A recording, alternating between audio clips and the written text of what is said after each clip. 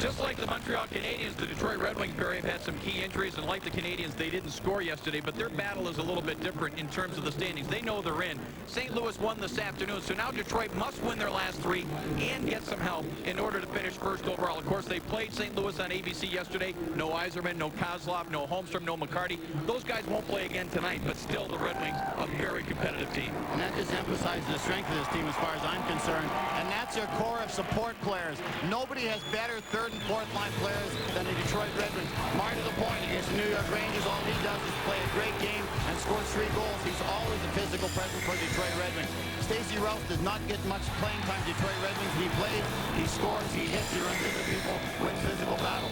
They get Gill at the deadline to help the defense that was beat up a little bit. All he's done is play great defense for Detroit and also has scored some goals for Detroit. So their core of support players is spectacular for the Detroit Red Wings. Well, I know that you feel very strongly about role players, but you also know as a coach, your best players have to be your best players in order to have a chance to win the Stanley Cup. Steve Yzerman, the best player here, not going to play tonight, but they're going to honor him with a special ceremony before the game. Well, they should honor this guy in Detroit. He's got 600 goals, now over 600 goals. I saw his first goal. I was playing with Detroit then. As far as I'm concerned, Dave, the best leader right now in the NHL is Steve Yzerman. And you made the great breakaway pass as he broke in on Doug Sotar to the Winnipeg Jets? I think a dump in hit me in the foot, bounced over to Stevie, went end to end and scored. But I knew he was going to be special. I can't say I knew he was going to be this great, but I knew he was going to be special. 600 goals, 900 assists, 1,500 points. That's remarkable. All in the same uniform. That's even remarkable. Even more remarkable, and Steve Yzerman is going to be honored here tonight. And speaking of honors, how about an honor for number 5 of the Detroit Red Wings, Nick Lidstrom, one of the great defensemen in the National Hockey League. He's been a runner-up for the Norris Trophy the last 2 years. Will he finally win it this year? Barry Melrose takes a closer look at Nick Lidstrom when we come back. Lidstrom, what does this guy add to this team? Well, he adds points for one thing. Career high this year in goals and assists. That's quite an achievement for a veteran defenseman. He also adds so much more. He's got a big shot from the point. That's not talked about very much when you're talking about defense in the NHL. He runs one of the best power plays in the NHL. Gets that little wrist shot through, doesn't make any mistakes. He jumps into the play when he needs to. Doesn't do it all the time, but when Detroit needs a goal, he will follow up Yzerman, Shanahan, and all the rest of the boys. Norris Trophy, will he win it? It's going to be a tough race. But right now, against Blake and Pronger, his numbers are better. You see more goals, you see more assists. He's just behind in plus-minus. This guy has had an unbelievable season. Personally, I believe he's the best defenseman in the NHL. The Montreal Canadiens are a desperate club, and if they're going to win, they got to be led by the goaltender, Jeff Hackett.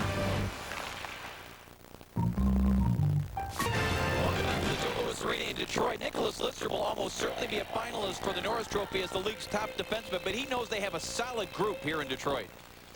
We always had a lot of veteran defensemen around, Fetisov, McCowan, Bob Rouse. We always, management has always liked to have some older defensemen. Adding the players we have this year, I think we're as good as we've been as in the past winning the Cups. And I know Nicholas Lidstrom didn't mean to forget his fallen comrade, Vladimir Konstantinov, but this is the kind of player, Barry, that he's talking about Detroit added last year at the deadline. No, a much different player this year for Detroit than he was last season. Much more in control of himself, not as many bad penalties. Doesn't have to play 25 minutes, 30 minutes a night like he did in Chicago, Dave. Well, he's getting himself... Getting ready, baby. The wake-up call. Well, this guy better be ready. You pointed out all the reasons in the open. Well, he took about 5 of those smelling salts before the game. He does it in the dressing room. He's been doing that since Christmas. The numbers don't show what this guy has meant to his team. The goals against, save percentage. This guy has been the one-man show every night this team has a chance to win. Chris Osgood, top save percentage of any goaltender in the 90s. Yeah, he gives up the odd soft goal against, but the guys love him and play in front of him hard every night. They love this guy here in Detroit. Paul DeBorky, Dan Marawelli are the referees. Scott Driscoll, Brad Stavacek are the linesmen, and we are underway here. 2 of the original 6. They have met one other time, and Barry, that is a game that may have been a turnaround for the Canadiens. They beat the Red Wings in January 3-0. And here's a 3-on-1 for the Canadiens. Right off the bat after a Red Wing fell down to come back. Friesbach scores! Patrice Friesbach has made it 1-0 Montreal. Well, I'll tell you, Dave, Murphy came in and looked like he's got a bad edge because he tried to spin and drop the puck and he fell. That's created the 3-on-1 against. Great execution by the Montreal Canadiens. Griswold defenseman jumped in to make it a 3-on-1 and not a 2-on-1. But I'll tell you, Nicholas Lidstrom played unbelievable. Now watch right here. Watch Murphy. Feet go up from underneath him and he knocks down his other partner right there. Gilchrist. Now it's a 3-on-1. Brisbane jumps in. Lidstrom does what he's supposed to. He doesn't let the puck go across the ice on the pass, but it was just perfectly executed, and Brisbane put it the only place he could. Upstairs, right over the glove of Osgood. So great execution by Lidstrom, but better execution by the Montreal players. Eighth of the year for Brisbane, and a bouncing puck in front of Hackett. Swept away. Now Duchesne with a shot that was knocked down in front. Red Wings coming right back buzzing in the Montreal zone as Lapointe sends it in deep for Dandino. He's out there on a line with Sergei Fedorov, who's been red hot for Scotty Bowman's club. And the Canadiens able to clear. That was Shane Corsenberry that did the nice give and go with Brisebois on the 3-on-2. That's a monstrous goal for Montreal, Dave, because you can't play catch up to Detroit in Detroit. They know that. A huge early goal for him changes the complexion of this game. Dandino picks up his own rebound after a save, tries to send it to Lapointe. He had it chopped away, and it's cleared by Petrov all the way back into the Detroit zone. And don't forget, we mentioned Montreal very rarely scores over 2 goals a game, so they're already halfway there to their total. Doug Brown with the puck in his feet. Red Wings coming off that thrilling playoff-like 0-0 tie in St. Louis, game that was seen by most of the country on ABC. Here is Lidstrom moving up to try to hold it in. It was knocked away. And back to recover is Igor Lariana. Actually, Montreal's coming off a great game also, Dave. They lost to Buffalo 2-0. But Hasek was unbelievable. Brisebois, who you mentioned, Barry, jumped into the play. We talk about Nick Lidstrom and the things that he does well. This is not a guy that's a household name, but Patrice Brisebois can play both ends of the ice. No, and Alain Vigneault told me that he really made a difference when he came back to lineup. That was one of the turning points when Brisebois came back from one of his bad injuries earlier in the season also. So that's what Alain Vigneault right there. I think right now, this is the coach of the year. I know Quenneville's done a great job, but keeping this team together through all those injuries, keeping them playing hard every night, keeping them in a playoff hunt, I think he's done a spectacular job. Here is Shanahan now. Wanted to pass it off to Larionov. Just dumped it in. Hackett steers it aside. And the Canadiens look to come out with it. This is Greg Garvey, number 63, dumping it to center ice. He was looking for Benoit Brunet, but the Red Wings broke that up in neutral ice. Lidstrom, nice bank pass across. Shanahan steps into that big shot of his, and Hackett well out on top of the crease to make the save. Now the Montreal Canadiens, we mentioned, more man games lost to injury than any other team in the National Hockey League. And now that top number, folks, is the last 2 seasons prior to this one, 97-98 and 98-99, a total of 455 man games. But look at this year alone, 525. That includes the 4 guys that are missing the game tonight, Barry. Yeah, but it's not just the man games, it's who the man games are. It's Koivu, arguably their best offensive player. Malakoff didn't play until they traded him. Trevor Linden. So it's their number 1 guys, number 4 of their top offensive players. Those are the guys that hurt. That makes it even worse. Patrick Poulin flips a pass ahead, just missed connecting there with Juha Lind, the former Dallas Star who came over on that deal that sent Thornton to the start. Here's Brisebois in the play again. Centering pass deflected. Good stop there by Osgood. That was Zubris that cut in front, Barry, that was set up again by Brisebois getting involved in the attack. Well, I'll tell you, Montreal's really moving the puck well. They're skating well. Doesn't show any sign of them playing last night. Again, Brisebois jumps into the play. Detroit's got to do a better job of picking him up off the point. Osgood's there for the tip-in, though. Great puck movement by the Montreal Canadiens. Scotty Bowman, personally, I think the best coach that's ever coached hockey, maybe the best coach that's ever coached any sport, just continues to win year after year after year, no matter where he goes, no matter who he coaches. He's more concerned, Barry, about how his team is playing heading into the playoffs, probably more so than whether they're first or fourth. And right there, good defensive play by the Wings on what could have been another great scoring chance for the Montreal Canadiens. It was the young defenseman, Yuri Fisher, that was in there to help break it up. Centering pass here, Hackett in to make a save. Somebody on his own team almost put in the net. Werner Stevenson, number 23, drives it around the boards. There was Corson there. Now picked up by Ruzhinski. He wears number 26. Stevenson gets to it again. Tries to move it back to Corson. It's picked off, and Todd Gill will clear. People say, why did Turner Stevenson dump that puck in from the other side of center? Did he know it was going to be icing? That was a set play. Corson went right to the far boards, and Turner shot it in from that side of center. Montreal does that a lot. They used to do it a long time. They used to call it the 7-second play. They used to use this to start a game, as a matter of fact. Turner Stevens got the puck just over the blue line. He threw it in around the boards, and Corson went right to the far side, picked it up. Turner then would have went to the far post and got a goal-scoring chance. Jeff Hackett, again, he's going to have to be great for this team to win. He knows that. Look how aggressive he is. You saw it on the one shot they've had already. He was out challenging Shanahan. You have to do that. You can't be back in the net. But that's a sign of an aggressive, confident goaltender when he's out challenging. You know, right there that he had to make a bit of a save as one of his own defensemen nearly deflected the puck right into his own net. Here is Stacey Roos wearing number 39 after the acquisition of Todd Gill. Roos used to wear 23, gave it up to the veteran Gill. Came over in the deal from Phoenix right before the trade deadline. Now Verbeek centering pass. Busayev moving in number 22, but the pass was knocked away. And the Canadiens will break it out to center ice. And Petrov will lob it in wide of Osgood.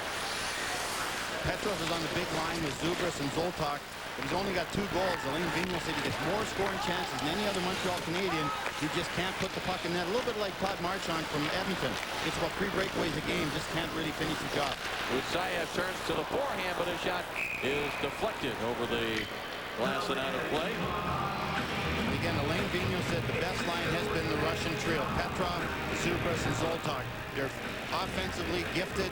They got great skating ability. Petrov is very fast.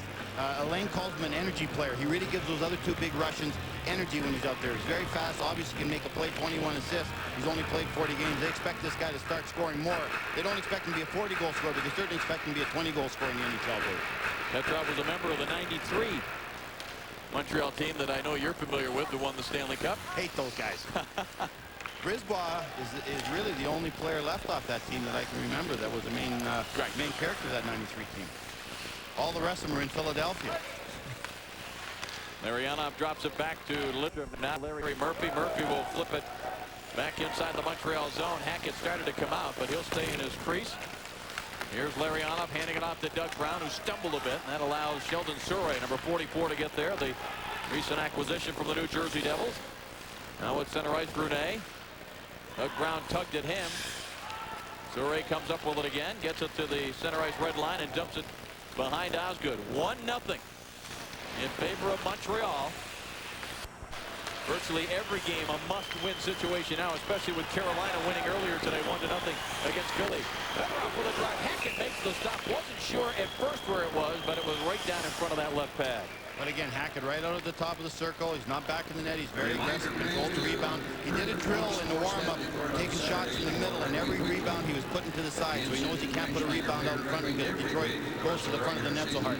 Sergei Fedorov is playing like he did in '95 as far as I'm concerned. He's scoring goals. He's still great defensively. He's an offensive threat every time he steps on the ice. You love to see a goaltender out of that blue area, ladies and gentlemen. When you see a goaltender making saves in that blue area, he's going to give up some goals before the night's over. Cleared around by Montreal, held in by Gill, tried to set up better. Pass in front, Fedorov, what a stop there by Hackett. It eventually got there. Gill tried to get it to him directly, but it was off a second redirection from a teammate that Fedorov finally got the puck in front. He got a great scoring chance. You can't make a mistake in your own end against Detroit. They just eat you up. One mistake by Montreal, they're off a skate. Goal scoring chance, backdoor by Fedorov. Here comes Fedorov with some speed. They're going to go outside, drops it to the front. His shot deflected in front. That was Carl Dykhouse now, who is stuck to the seat of his pants by Matthew Dandino, but good support for Dykhouse. I think he was more than dumped. I think he was crushed. Well, with Zoltak, the center, though, that came back and supported him and got the puck and cleared it out of there. Dykhouse went right to the bench. Yeah. Rivet trying to clear. It is held in there. Duchesne with a drive and Hackett again outside that blue area. Making the stop. Well, folks, you're seeing what Montreal does. They don't score a lot of goals. They play in their own end a lot. They know that. Hackett, again, night in and night out, gives them a chance to win against anybody. Dave mentioned that they've already beaten Detroit once this year in a turnaround game that no one thought they could win. They've done that all season long. Sergei Fedorov is going to be in Hackett's face all night long, and vice versa. Hackett's going to have to be in Sergei's face. Here's that one mistake. Off the skate, backdoor chance. Detroit is better than anyone else. You make a mistake against them in your own end, you're going to pay for it. Gilchrist wins the draw from Corson and comes down to Duchesne. He'll dump it along the board. Draper gets there first, centering pass. Gilchrist couldn't get a stick on it. He was well covered by Corson. Sheldon Souray will drive it along the board behind Osgood. Up the far side, Brzezinski couldn't control. Maltby had it knocked away, though. Souray with a drive. Save made by Osgood. Sheldon Souray possesses a big shot from the blue line. Brisebois holding it in. Comes into the far side of the Detroit zone. Here's another chance. Left pass saved by Osgood. And look at the hustle there by Brisebois. Sent it right back in, forcing Draper to go back deep in his own zone to get it. You got to cheer for Montreal. They're working hard. They got 10 guys out of the lineup. All the guys that make the most money are gone, and they're just battling nose to nose with Detroit here in the first period. Here's Draper. Trying to get around Brisebois. Brisebois trying to lean on him. Forcing him to the corner. Draper still has it. Trying to center. That didn't get through. Held in at the line by Larianoff. Doug Brown with a shot. That was blocked though by Sheldon Surrey. Brisebois. Dangerous pass. Intercepted. Shanahan. Shanahan. A chance. He scored!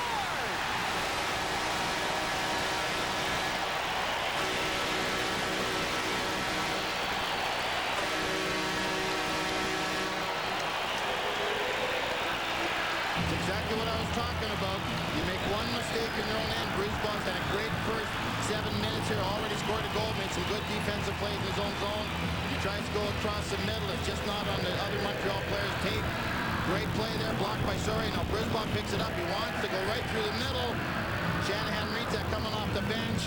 Look at this shot. You want to score 40 goals consistently? That's how you score 40 goals consistently. Walks in. Hackett drops down in the butterfly. Puts the only place he can over the left shoulder. What a goal. Number 40 for Shanahan. And you were saying before the game, Barry, he picked a pretty good year to have another 40-goal season because he's scheduled to become an unrestricted free agent July 1st. Ken Holland won't let that happen, but what a year for Shanahan. Ka-ching, ka-ching. Christian LaFlamme centers it, deflects to the line. LaChance, that was blocked. Doug Brown now has Shanahan out behind the defense, but couldn't get it to him. Here's Igor Larianoff into the zone. Larianoff peels back. Banks it off the boards. It's taken now by Lidstrom. He hands it off for Shanahan. Watch the puck movement of the Red Wings 5-on-5. It looks better than most teams' power play. Larianoff hands it off down to Brown. Back to Lidstrom. Lidstrom to the net. Redirected, but it never got through to Hackett. And LaChance now will start it back for the Montreal Canadiens, and LaChance will dump it in behind Osgood. And Scotty's starting to give all the older players some time off. Larianoff had a couple days off. Draper's had a couple days off. He's going to start rotating it down the stretch so that all the older players have a few days off, a little bit of rest before they get into the playoff stretch. AC Roos being checked there by Shane Corson. Corson leaning on him. Now it comes back to Yuri Fisher. Little head and shoulder fake at center. And Fisher playing with a lot more confidence now that he's playing more. And that's over the glass and out of play. Well, Barry said it. You can't make a mistake in your own zone against this Detroit team because they got players like this. And oh, will they make you pay? 40th goal of the season, the equalizer after Brisebois had given Montreal a 1-0 lead just 27 seconds in. Dave Strader, Barry Melrose, the rest of our ESPN2 National Hockey Night crew. Glad you're with us here on a Sunday night. 1 week from tonight, it'll be all over. And when you know Already? already. Over already? I know. Seems like it just started 9 months ago. 400,687 games ago. And don't you know that the two latest games next Sunday could have an impact on who's going to get in, who's going to play where. This year they will have an impact. The way this season's going, they will have an impact. Now, speaking of an impact, Barry, you talked about this play being the quickest way to the American Hockey League in the old days. Well, Brisebois doesn't see Shanahan because Shanahan's coming off the bench right there. He tried to hit the Montreal player going up the left side, but that is just a goal scorer's goal. Hackett's counting on most players coming in freezing, maybe hitting them in the shoulder, maybe missing the net. Not a guy like Shanahan, just a consummate goal scorer. And what he's doing this year, even more so for Detroit, he's fighting and he's hitting and he's playing much more aggressive and he's playing much better in his own end. Just a complete player right now for Detroit Red Wings. What'd you say? Ka-ching? Ka-ching, ka-ching, ka-ching. That's the sound it makes each time that puck goes in the back of the net. Yes, sir. Centering pass here as the Canadiens come right back. Backhand shot stopped there. Savage. Centering pass. Osgood out of position. But the Wings got a break. It went right to Butsayev when Osgood was down and out. No icing here as that puck was deflected after it was dumped in. Brunet from Montreal trying to work it along the boards. Taken now by Carl Dykehouse. He rings it around the glass. Bouncing puck. Chelios able to hold it in. Butsayev is checked on the far side. It comes to the line. Duchesne holds it in. Hands it off. Bruce with a chance. Tees it up. And the shot deflects high in the air. And it stays on the ice. Looked like it was going over the glass. Fooled everybody, including our producer, and it's not easy to fool Mike Robb. One thing more about Shanahan, though, Dave, and you know that you were working with Detroit at one time. Players will take less money in order to stay here and have a chance of winning the Stanley Cup. Same thing in Colorado, same thing in Dallas. They love being a winning environment night after night, and Ray Bourque's seeing that now that he's back with Colorado having a chance to win. Matthew Dandino playing up as a forward again. And it's knocked away by Fedorov, but right in the crease area. Brisebois was there, and now Sheldon Surrey picks it up for Montreal. One-handed by Surrey to center ice. Yuha Lin neatly avoided a check, but could not control the puck. It comes down to Todd Gill. Gill's pass and escape. And back the other way. Poulin with a drive that goes just over the glove of Osgood. Darby gets there. He took a hit from Gill. Darby has it again. Puck is knocked off of his stick. And LaPointe backhands it out to center. Just out of the reach of Fedorov. Another thing Detroit does so well, little plays around the wall. They get the puck out. Poor teams lose those battles. Good teams get the puck out. Well, the Montreal Canadiens don't want a run-and-gun game, but that's what the Red Wings are trying to force them into right now. Canadiens lost a very tough game on home ice to a team that they're battling for the final playoff spot with the Buffalo Sabres, but they're still in the playoff race, which we'll get to in just a moment. Shanahan's drive and a save made there by Hackett. Not many guys are a threat from that spot on the ice, but Shanahan testing Hackett from a very difficult angle. Stevenson hands it off for Ruzhinsky, but it's neatly poked away by Lidstrom, and now Shanahan. A deflection to Igor Larionov. Tried to set up Doug Brown. Ruzhinsky sends it right back into the zone. Shane Corson tees up a rolling puck deflected off the bottom of the glove of Osgood. Stevenson back to the net. That was knocked down in front. Now Ruzhinsky gets there for Montreal. They try to get some cycling going in this Detroit zone. They haven't spent a lot of time there since that opening goal. Centering pass here, slapped away by Lidstrom. Picked up a drive by LaFlamme, did not get by Shanahan. Now Stevenson gets it back from Corson. Stevenson looking in front for Ruzhinsky, and he was covered, and a rolling puck is smothered by Chris Osgood as we get back to the Montreal Canadiens and the situation they face. They are 2 points behind the final playoff spot, currently occupied by Carolina. But here's what they have left, Barry. If they could ever get something out of here, even a point, you see they're at New York, home to Tampa Bay, and Ottawa's been struggling. Well, Ottawa's been struggling, and they're not playing for anything. Ottawa can't go up or they can't go down, and that's a good situation to play a team last game of the year. Right here, the Montreal Canadiens have not missed the playoffs 2 years in a row since 1919. Bread was like a dime then. Look at that. So you don't want to end up doing that. You won't want to be first in Montreal Canadian history. You never want to be a team that does something first. How about the salaries back then? Probably got a loaf of bread. That was it. That shows what this franchise is. This franchise is based on winning championships. Here's Butsayev. Moves it in deep along the boards. Butsayev picks it up behind the net. Checked down by Dykhouse, but still able to try to center it to hit the back of the net. Roost is hit hard by Craig Brevet, number 52. Chelios moves in for the point, tries to dump it back. Dinah Zubros, the former Philadelphia Flyer, had it knocked away. Butsayev, a pass to the front of the net for Roost. Neatly set up by Verbeek, just missed. Back to Chelios. Chelios dumps it around the boards. Verbeek waiting on the near side. Centering pass. Roost with a chance. Save, rebound, score! Duchesne moved in for the point, and the Red Wings lead it 2-1. Montreal is very mad right now because one of the Montreal players was knocked down in the slot area.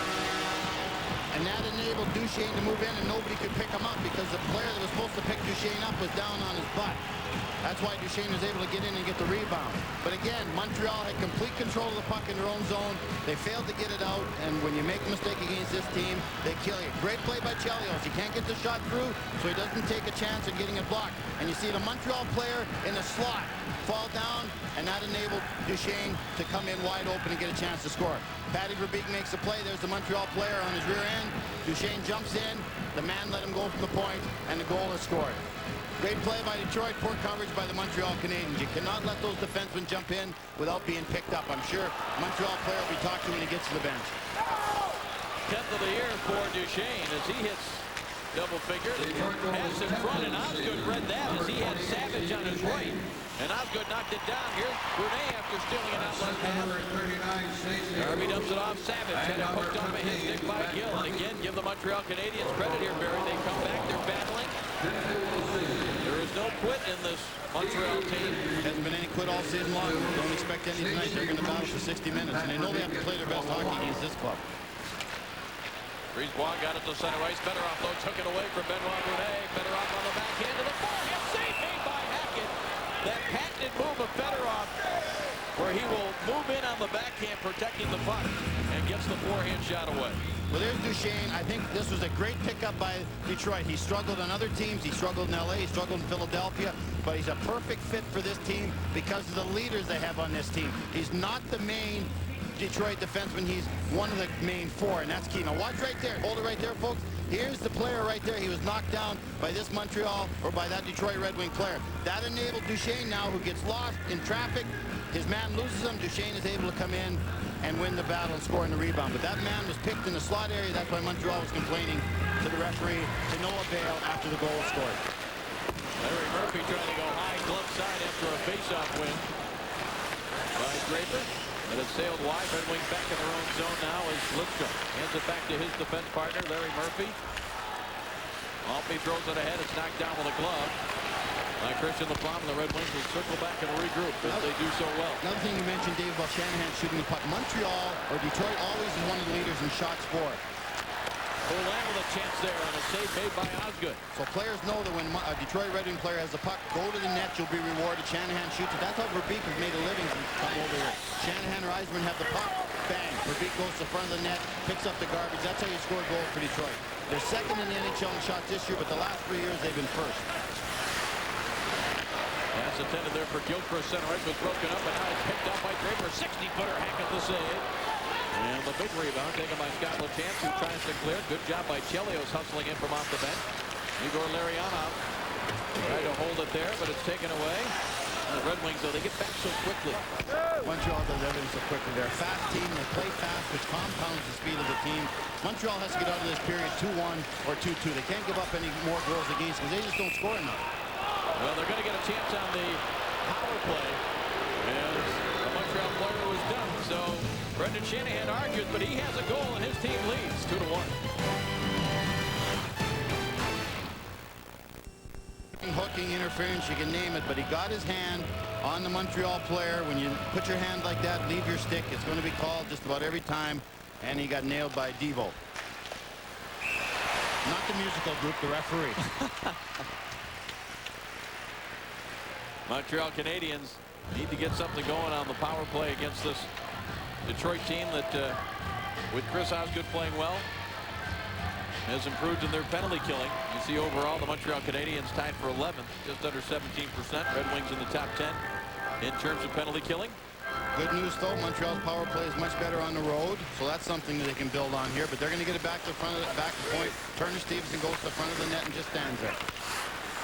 Here's Ruzynski with it now at the hash mark, sends it back to the line. It bounced away from Brisebois. Dandino's got good speed, but good job by the Canadiens to stop that. But here comes Fedorov after taking it from Lidstrom.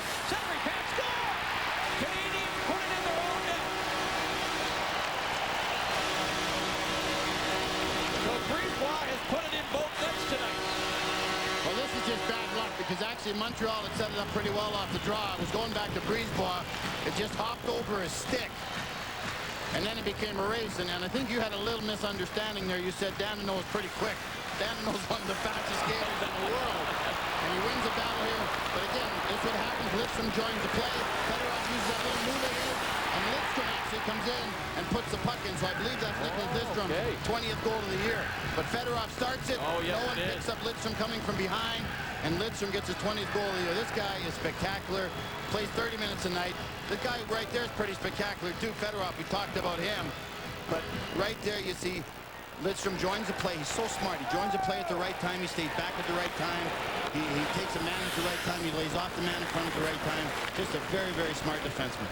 My apologies to Patrice Brisebois. Not that he feels any better that it wasn't his stick to put it in, but it looked like he made the shooting motion, and Nicholas Lidstrom so bad with that stick. And guess what? We are going to have a penalty here as Chris Osgood just flipped it over the glass with a minute 17 still left in the Shanahan penalty. And that's going to be an automatic delay of game. And this was accidental, folks. He was trying to play it around the glass. And it is hard throwing it over that high glass in the end zone, so Chris must have really locked it or pretty high. Bottom line is Montreal needed something positive. They played hard. Every break, every time they've made a mistake, it's costed them, and that's what Detroit does to you. But right here, watch it. Ozzy gets it. Just caught it a little wrong. Went right over. Montreal player lets the referee know right away that went over the glass, as if the referee needed a little bit of help making that call. Ozzy knows he made a mistake. Let's see now if Montreal can capitalize on the Detroit mistake. Detroit certainly capitalized on any mistake Montreal's made, so let's see if they can reciprocate. But watch Lidstrom here. He sets it up. He makes a pass. Now he follows in just tight enough that if there's a goal-scoring chance, he can score, but just far enough back that if there's a turnover, he can get back and play defense. A I'll tell you, I've been a Pronger booster all year long, and I think Chris Pronger is a great defenseman, but I really believe that Nicholas Lidstrom deserves the Norris Trophy this season. 20th goal of the season, and the Red Wings with their 15th shorthanded goal on the season. Number 30, We got cracked glass here in Detroit.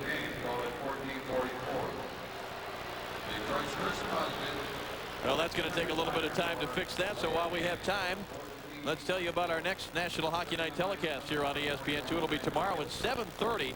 And again, teams with something to play for, the New Jersey Devils. Or the point scoring race, so I know that doesn't mean anything.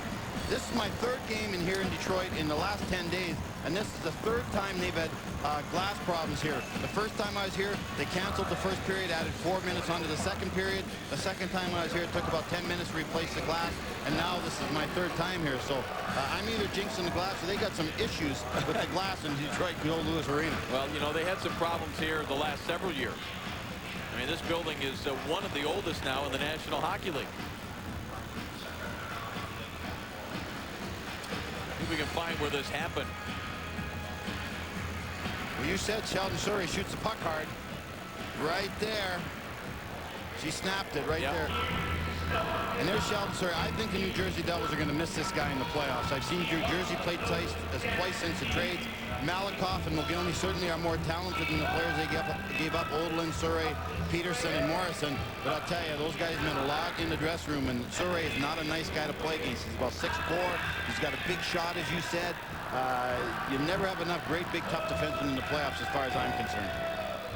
Well, it certainly was a risk, not only because of what they gave up, but the uncertainty of what they got in Malikoff. The Montreal Canadiens people have talked about what a good kid Malikoff is and what a great talent he can be, but you just don't know, at least based on his history, Barry, that he's going to bring that every night. No, and that's been Malikoff's story. I saw him play as a rookie. Him and Kasparaitis came up with the New York Islanders. I thought he was going to be an all-star in the NHL, all-star talent. He just never put it together.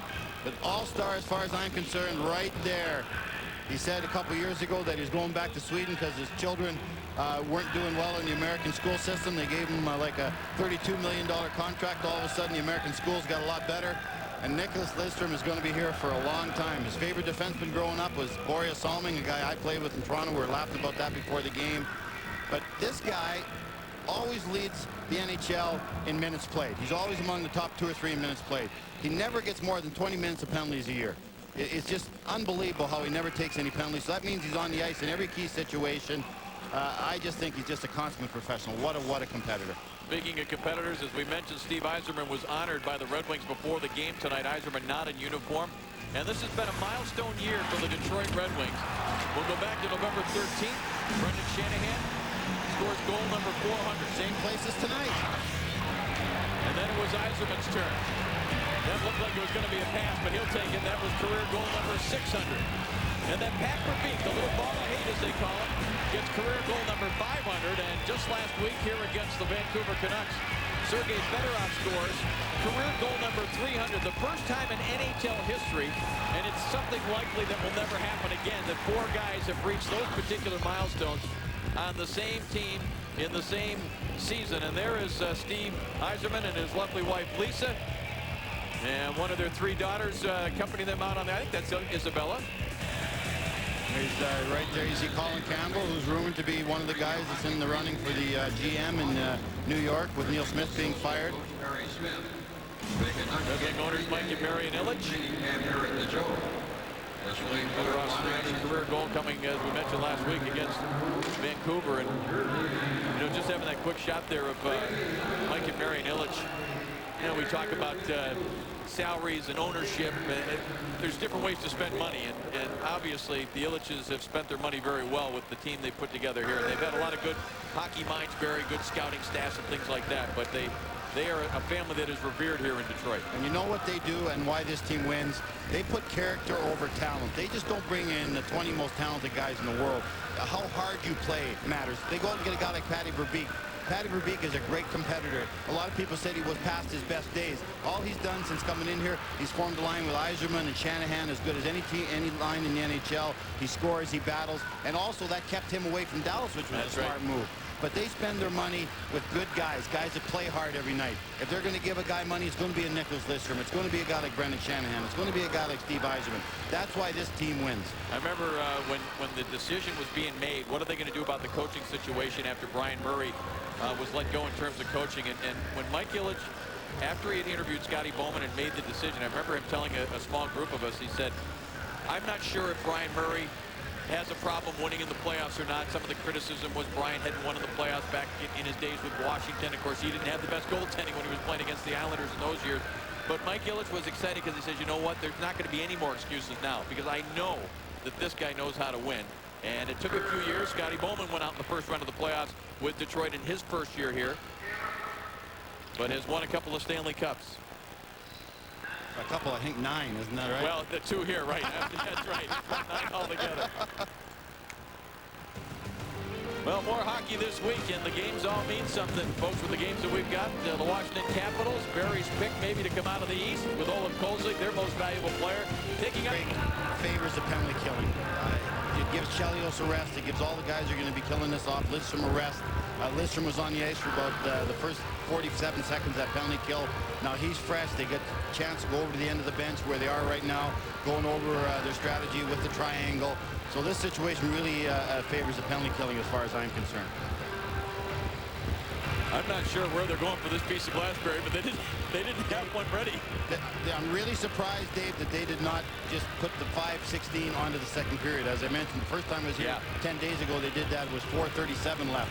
Here's the glass coming right now. But this is not good for anybody. It's certainly not good for us on TV. It's not good for the people in the stands. The players hate something like this standing around. This is where guys that haven't played in 10 minutes, you end up pulling a groin or something. Yeah. So this is not a good time for anybody. If this was NASCAR racing, this wouldn't be considered a good pit stop, would it? No, this would be guys would be losing their jobs over this pit stop. Well, speaking of guys sitting around, these are the 2 guys that are in the penalty box. And the one guy doesn't deserve to be in the penalty box. It was Ozzy.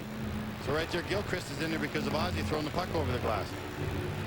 I think Dvorsky's telling them that, you know, why he isn't just putting them in, putting the minutes onto the next period. They don't like to do that, of course, because 25 minutes is a lot of time to have on one sheet ice. Yeah, that's why they don't like to do it. They don't mind if it's 21 minutes or 22 minutes, but 25 minutes is a long time for one sheet ice.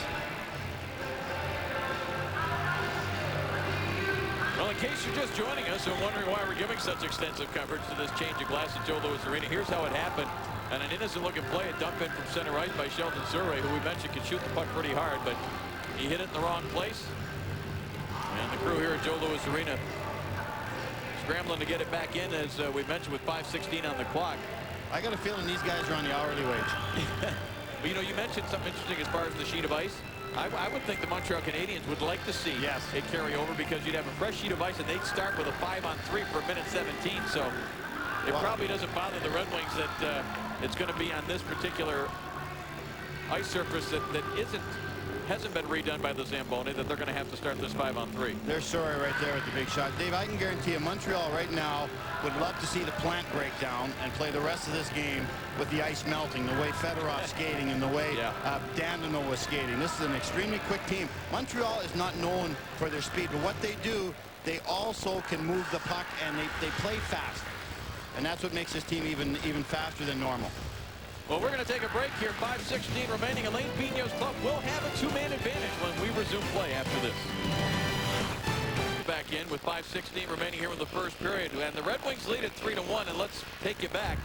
After Brisebois, Barry had made it 1-0 Montreal. Montreal made a great play in the first goal. It looked like this was going to be their night. But right here, Brisebois in the middle of things again. There's a turnover. Watch his shot. Bang! Over the left shoulder of Hackett. Only place he could have put it. Same thing happened here. Montreal player gets knocked down in the slot. Duchesne jumps in from the point, loses his coverage and scores. Watch this move by Fedorov. Lidstrom comes in, taps it into the open net for his 20th goal of the year, shorthanded. 7 minutes and 26 seconds. It doesn't take the Red Wings long to dismantle your team. They've done that to many teams.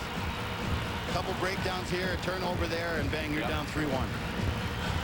But here's a chance to get right back in. If they go into this period down 3-2, I think it's a moral victory for the Montreal Canadiens.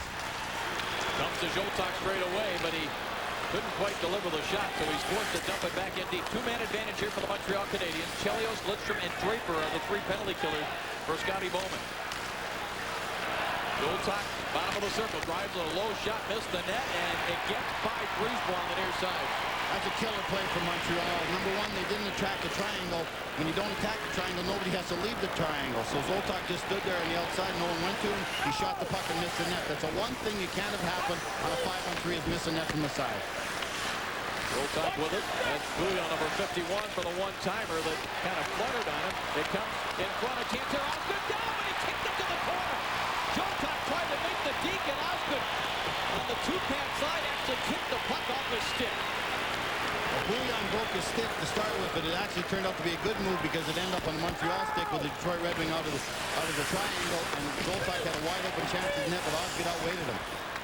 Better off that Chelios went in there, and they win the battle for the puck, so the Red Wings 2 men short, able to control it and dump it down the ice, and that's going to about do it as you see the time remaining in the Shanahan penalty. He'll be the one that's up and coming out here in just a couple of seconds. Corson follows his own dump into the corner. Now goes to Rajinski. He spins away from Duchesne. Back along the board. It never got to Corson, and Duchesne able to flip it down the ice with a half a minute remaining now in the delay of game penalty to Chris Osgood, being served by Brent Gilchrist. Terrible 5-on-3 by Montreal. They did not move. They did not get the puck moving. Thus, the triangle didn't have to move. And when there was a breakdown, Ozzy ate him up. Here's Corson after getting the lead pass, and he was tied up just enough by Larry Murphy. Fired it wide. Back to the line. Still able to drive. Knocked down in front. Duchesne clears it off the glass. Gloved down by Carl Dykhouse. Moves it back along the board. Canadians trying to set it back up. It goes back to the point. Dykhouse out of the box comes Gilchrist. Corson chops the stick with Murphy. The puck comes free, and the Red Wings want to come away with it, but I think we're going to get a penalty here against Detroit. And it's going to be a holding call against Larry Murphy. There could have been a couple of things. The Montreal player went in with Murphy and gave him a big slash, almost broke his stick. But again, in the NHL today, if you use your arm and grab any part of the player, you're going to get a holding penalty. I think that's what Murphy did in the corner. But right here you see Savage is behind the net. There's the slash coming by Corson. Corson's been known to do that to a few guys right there. That's what Dvorsky said, that Murphy pulled Corson down. Now, we talked about the breakdown here. Bouillon stick breaks, but is lucky enough the puck ends up right in Zoltak's stick.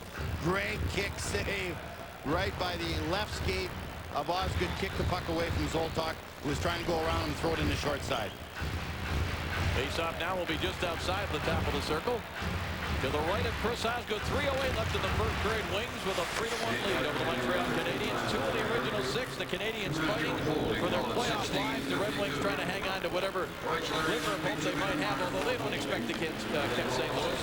They fully expect St. Louis to get at least 2 more points out of their remaining games. But Detroit wants to be playing well, which they are. Brunet with a chance here, and a save by Osgood. Just got his left arm on it. Now it goes in deep. Trevor Stevenson put a hit there on Lidstrom. That allowed Brunet to get to the puck. Now Souray dumps it back to the corner. Stevenson is there. Chelios chops at him. Wings get it out to center ice.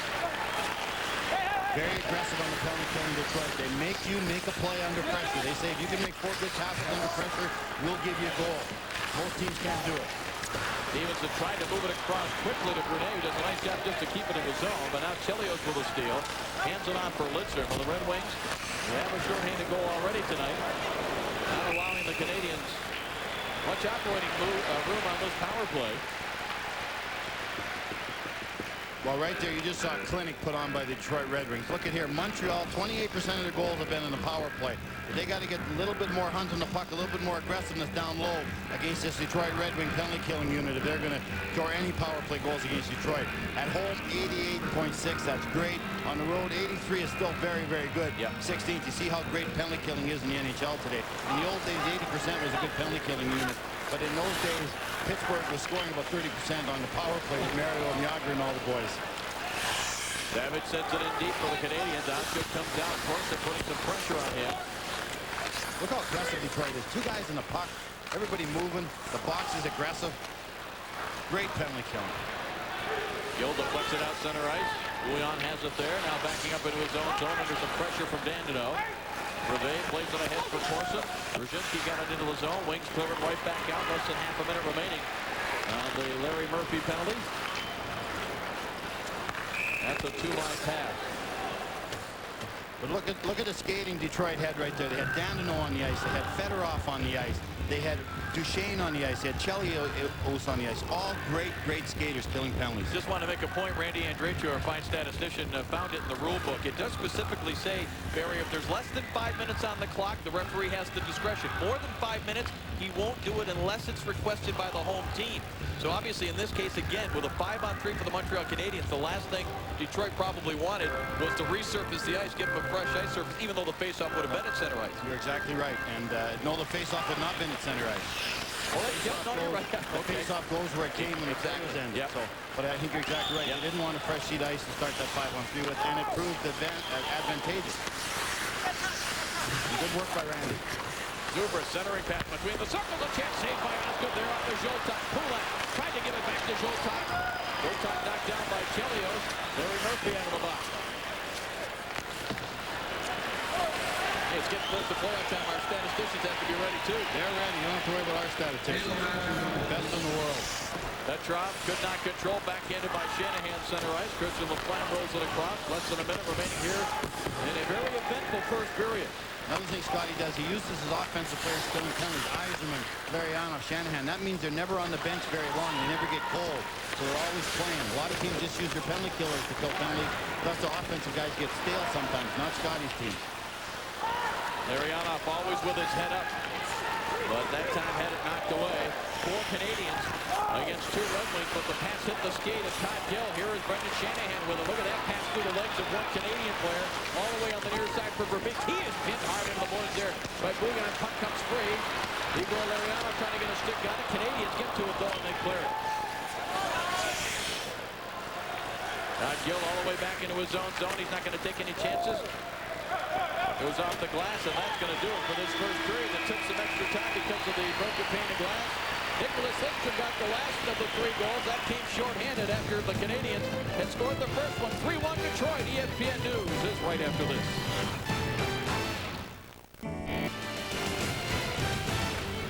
Ratings are changing. Welcome back to Hockey Town. Red Wings with a 3-1 lead. Dave Strader back along with Barry Melrose. It started out the Montreal Canadiens, obviously, Barry, the desperate team. They're trying to get into the playoffs. They're 2 points behind Carolina for the final spot, and they got off to a good start. Started great for Montreal. I thought it was going to be their night. I thought they were living right. They got exactly what they wanted early in the game. They made a mistake against Montreal. Great turnover here. Corson jumps on the puck. One of the leaders that's been playing so well for Montreal this season. Brisbois, Corson, Brisbois. Upstairs. Great goal. Everything's going Montreal's way. Wrong. Little while later, Brisbois, middle of a lot of things this period, makes a turnover. Watch this goal. Right over the shoulder. Great shot by Shanahan. Now we talked about the penalty killing of Detroit. Look how aggressive they are. No Montreal player has time to make a play when they get that puck. Stevenson gets it under pressure. Right here, the defenseman attacks a man with a puck. No Montreal player has time to get his vision set. The puck's rolling. Hops over Brisbois' stick. Now it becomes a race, and you ain't going to beat Montreal in a race. Lidstrom follows up the play. To Fedorov, to patent a little move. Great play. Lidstrom follows up. Tap in, shorthanded goal for number 20. Montreal is not weak in any area. They're getting ready for the playoffs again, Dave. And again, 15th shorthanded goal that leads the National Hockey League. They were in a tie with a couple of other teams in that department, Phoenix and San Jose, but all alone. And the Red Wings the last several years have been among the league leaders in shorthanded goals. Why not with the talent they have, the speed, and the defensemen they can jump into the play like Lidstrom demonstrated. And right back the other way. Here comes Fedorov. He's got the point going to the front of the net. Fedorov shoots, score! Oh, what a shot by Fedorov! This ain't fair. This ain't fair. Well, again, Dave, another mistake by Montreal in the neutral zone. And these guys are getting ready for the cup again. Holy man. You're going to see the turnover right here. Hops over Corson's stick. And Fedorov gets it. Now, don't forget, he's been going to the net with this move before. This time he fakes going to the front of the net and wires a wrist shot right over the goaltender Hackett's shoulder. He thinks he's going to the middle. Oh, man. Same place as Shanahan put his shot.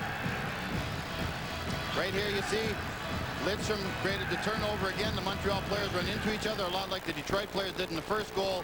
And again, I can't overemphasize, when you make a mistake against those teams with the winged wheel, you're in trouble. I wouldn't want to say winged wheel like 10 times. You did well the one time. Yeah, did I ever?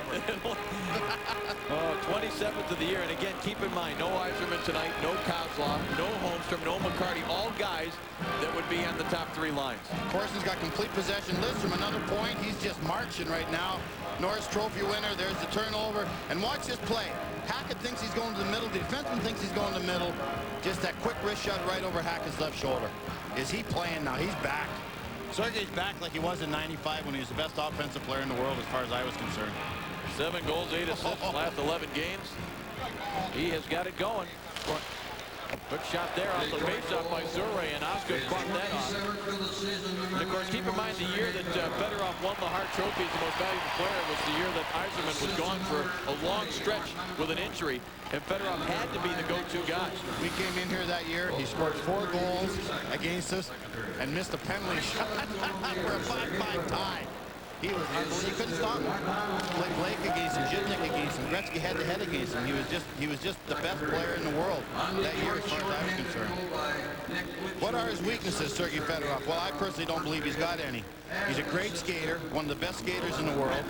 He can shoot the puck, as you saw right there. He's got great vision, as you see every time he makes a backdoor pass to someone who's wide open and no one else can see him. This guy, if he just wants to play every night, he can be as good as anybody in the world. Well, you know, recently Scotty Bowman was on Up Close with Gary Miller on ESPN, and he put it nicely. He said if Sergei would put his foot on the gas more often, in other words, make the effort. Don't even put it in drive. Like just yeah, right. Head it into low.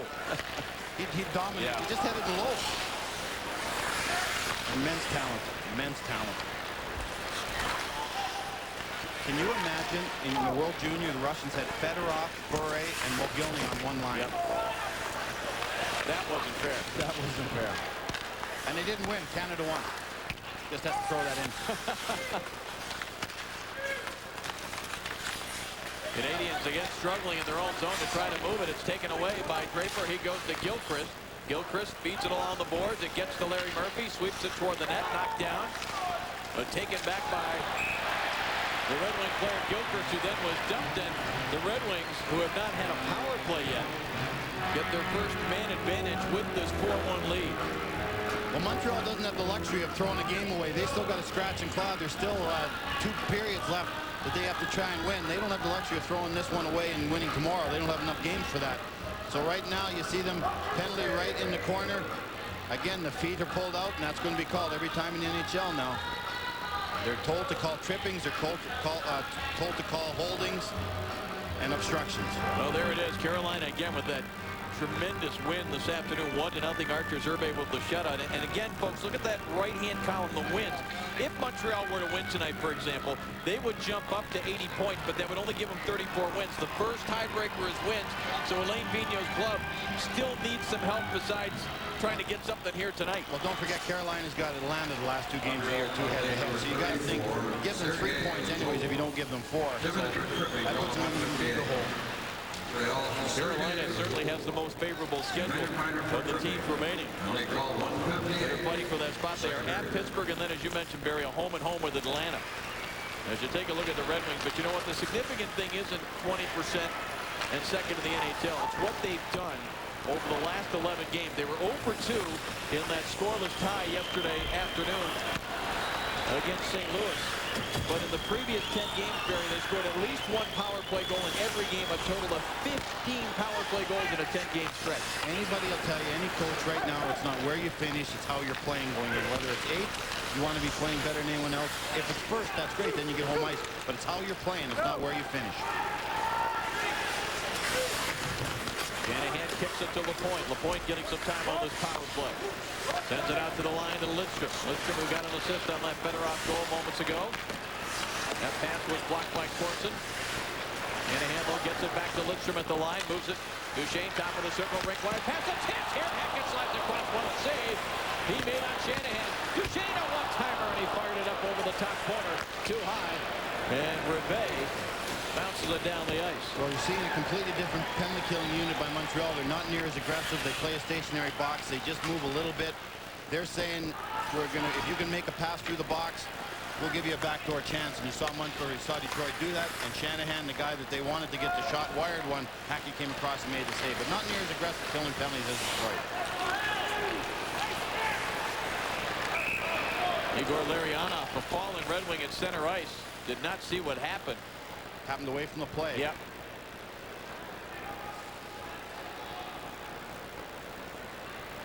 John Wharton, the Red Wings head trainer, out there immediately and appears to be cut in the face area. But again, it was well away from the puck. When that happens, it usually tells me that maybe two players that were just circling in the neutral zone maybe collided. Maybe there was a high stick. I certainly can't believe anyone would do anything to Larry Larionov on purpose, because he's just not that type of player. We'll look at it in the neutral zone. There he has the puck. It's in his feet. Loses the puck right there. Yes. Montreal player just raised his stick away from the puck.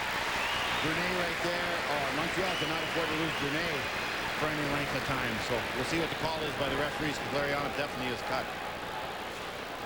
You got to have control of your stick in the NHL. It puts the onus on the player with his stick.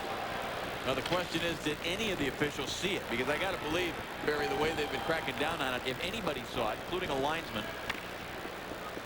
Well, someone should see it, because it is around the puck. Right here, this comes up. Actually knocked Larionov's stick right up into his face.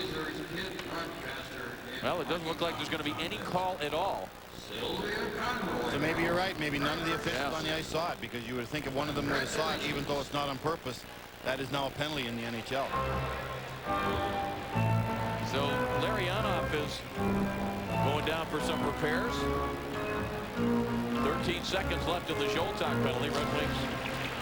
Maybe Montreal's luck is turning, Dave. Well, that would be the first step they would need right there, not to go two men down. Exactly. Against this power play, the way they're moving the puck right now. Verbeek taken hard to the boards by Souray.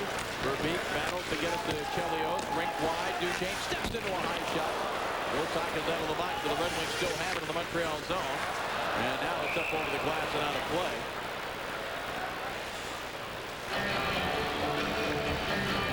Well, of course, yesterday afternoon on ABC, just a tremendous battle, 0-0 tie. St. Louis and Detroit. Well, that point really helped St. Louis.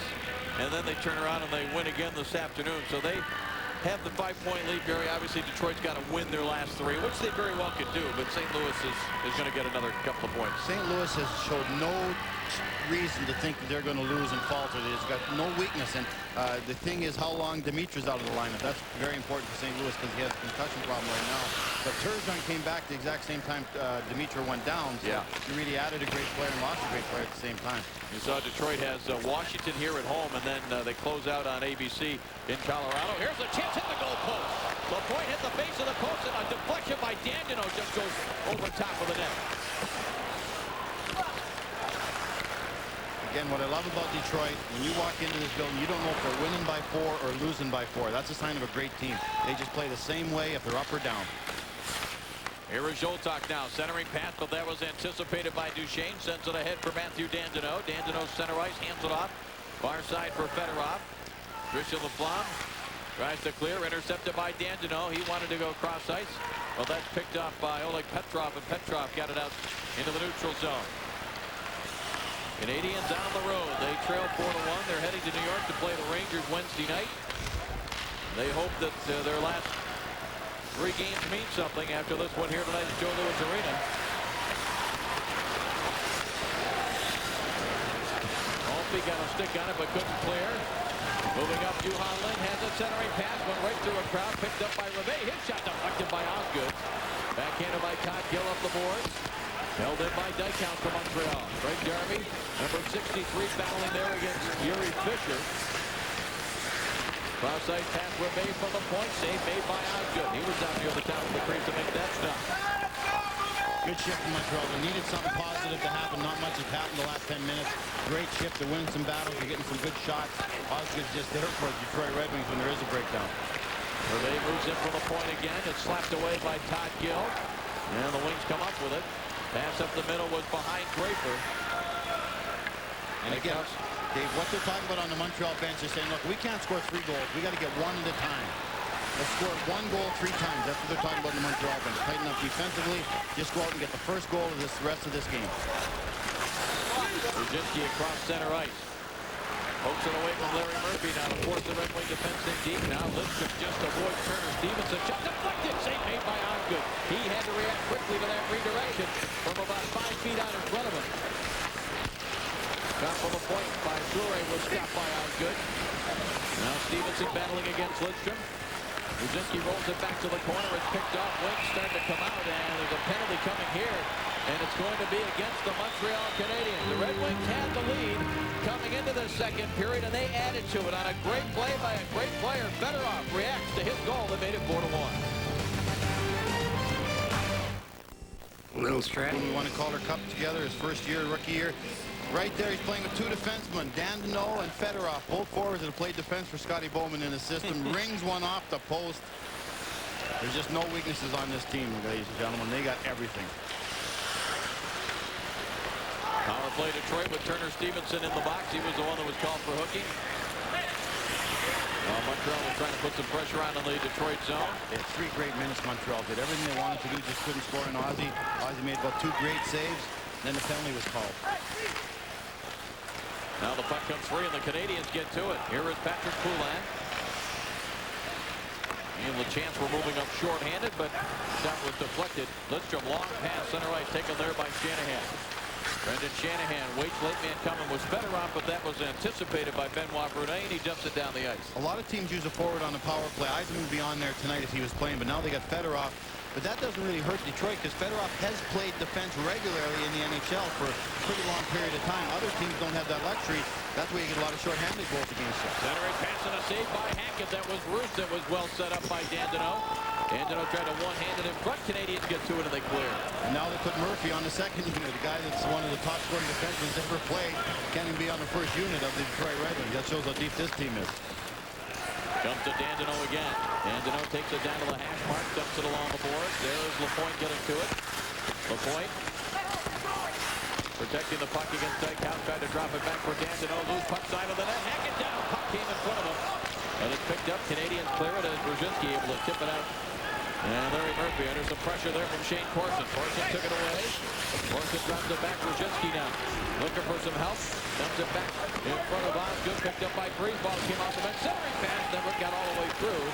And Stacey Roos tries to hammer it out of there, but it was deflected. And down to just 5 seconds remaining in the Stevenson minor penalty. Good job by the short-handed Montreal Canadiens there for a couple of minutes. Actually, the guys out for Detroit are all front line power play guys to play. Holmstrom plays the power play. Kozlov plays the power play. Right. McCarty plays the power play. Eisenman plays the power play. So, again, you just see how deep this Detroit Red Wing team is. Pressure put on by Murphy. Trying to force the turnover. Golden Surrey clears it back up the boards. Chelios gets there, wraps it around the boards. Here's a steal by Gilchrist. Dumps it in front, and Murphy got a stick on it, and it went kind of a crazy bounce off the left hand of Hackett. Back the other way now. Here comes Petrov to the backhand. Gets the forehand shot away. Save by good. The rebound was stopped as well by the Detroit goaltender. As I said, the best winning percentage in 1990s. You're looking at him in Detroit net right now, ladies and gentlemen. Baseball is here, and tomorrow ESPN presents Major League Baseball beginning with an opening day doubleheader. 1 o'clock Eastern time, the Milwaukee Brewers will take on the Cincinnati Reds. And then at 4 Eastern, 1 Pacific, the Chicago Cubs take on the St. Louis Cardinals. So all the great home run hitters featured there on ESPN2. Major League Baseball begins with a triple header. And the premiere of baseball today at noon Eastern. That'll be followed by San Diego taking on the Mets. The Colorado Rockies against the Atlanta Braves. And we'll cap it off with the Yankees against the Anaheim Angels. Watch it here. Petrov goes to net hard. Osgood makes the first save. There's a little bit of a rebound. He stays strong. Eats up the rebound also. Doug Brown looking to go wide here on Bouillon, but Bouillon just shoved him to the board. LeBlanc plays it up the board to deflect out to the line. Duchesne with a tip. Left hand save. Rebound cleared by the Canadian defense. That puck was lying there with Hackett looking through a crowd, and Montreal was able to get to it. Darby on the run, thrown to the ice by Duchesne. He may have gotten away with one there. And back comes Detroit. Could be a 2-on-1. Doug Brown sends it back on the far side. Larionov trying to go back to Brown. So we go Larionov back after probably taking some stitches. And it didn't look any worse for wear on that 2-on-1 opportunity. And Duchesne was on a weight program this one summer. I've never seen him throw men around like that before. He's not known to be a physical defenseman, folks. Doug Brown patiently waits, and then the pass skipped over the stick of Chelios. Just past the halfway mark of the second period. Dave Strader, Barry Melrose. National Hockey Night crew here at the Joe Louis Arena. Patrick Poulin looking to go wide, dumped it back in front of Taps here. And a save by Oslo. Puck squirts behind him, but it does not get across that line. 9:18 to go, second period. Red Wings lead it over the Canadiens by 3. The only thing is Ozzy is not wilting. Right there, the puck trickles through his legs, but it doesn't have enough juice to get over the line. Montreal was hoping it squeezed through, but Ozzy ate it up. No goal against. I wonder why Osgood is so calm under pressure. Comes from a town called Peace River, Alberta. Yep, I saw him play when he's 13 years old. He looked like he was 13 about the first 5 years in the National Hockey League. You think he's young now? You should have seen him when he was 13. They wouldn't let him buy gum without ID. I remember the first training camp that he came to. Somebody thought he was one of the stick boys and asked him where to put the equipment. No, I'm one of the goaltenders. I'm your goalie of the future, folks. I'll be here a long time, and he has been. Gandino takes it into the zone, looking to go wide, pulls up. Has to send it across, looking for Murphy. But it's batted away by Patrick Poulin. Poulin now into the zone, hands it off. Stevenson moves up. The native of Prince George, British Columbia. You talk a lot about those Western Canadian guys. Turner played for me when he was 16 also, one of my favorite kids I've ever coached. That puck over the glass and out of play. Well, the backup goaltender tonight, Barry, is Eric Fischel, a former #1 draft pick of the Toronto Maple Leafs. His career has fallen on some hard times, but Jose Theodore, the fine young goaltender from Montreal, who normally would be dressed as the backup, not on this trip with an injury, but the Canadiens have a situation with Fischel. Barry, he needs to play another 31 minutes this year. If he does, then they can expose him in the expansion draft with the two teams coming in. If they don't, they probably have to make a deal because they'll have... Well, he was picked up. He was picked up on waivers for that reason, and this has happened a number of times in the NHL this season. You got to set yourself up for the expansion draft coming up. You got to make sure you're ready now. You can't wait till the last minute in case something goes wrong. So a lot of teams have done that. You got to have veteran players that are available, have played enough games, that are eligible, so you don't lose some great young player because of a mistake you made by not having someone ready to leave open. And I can guarantee he will get his 31 minutes this year. Somehow it'll happen. Brzezinski dumped down to the ice there as he was tangled up there with Yuri Butsayev. No call coming, and the Red Wings dump it back the other way as Stacey Roos trying to get to it. Sheldon Souray reached out with one hand on the stick, tries to clear. Held in. Yuri Fisher winds up. That puck redirected before it got to Hackett.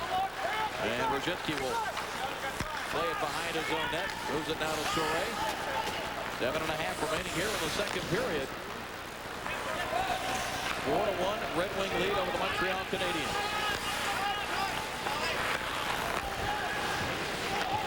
Maltby plays it ahead.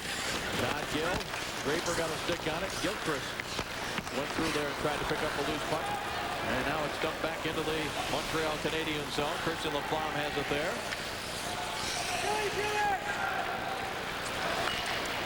Laflamme starts it out, hands it off left side for LeChance. LeChance pokes it ahead again. The Red Wings got a stick on it in the neutral zone. Very hard to complete passes against the Red Wings in transition. See how good they are at the blue line, Detroit? Near the Montreal blue line, it goes in. Near the Detroit blue line, it goes out. They're just so strong in those little areas. They never make a turnover in the neutral zone. They always make a mistake if it's going to be 200 feet away from their net. That's a sign of a great, great team. Dallas is the same way. St. Louis is the same way. Colorado's the same way. All the teams in the West that have a chance of winning, I feel, are fundamentally very, very solid. Led by guys like Chelios, Yzerman, Duchesne. They have veteran players in all the key areas. If they make a mistake, as I said, it's going to be in the offensive zone, a long way from Chris Osgood. Dougie Brown hardly plays. The only reason he's in the lineup is because of Yzerman, Kozlov, and Holmes from Green Out. So this guy could be a frontline player on a lot of teams in the NHL.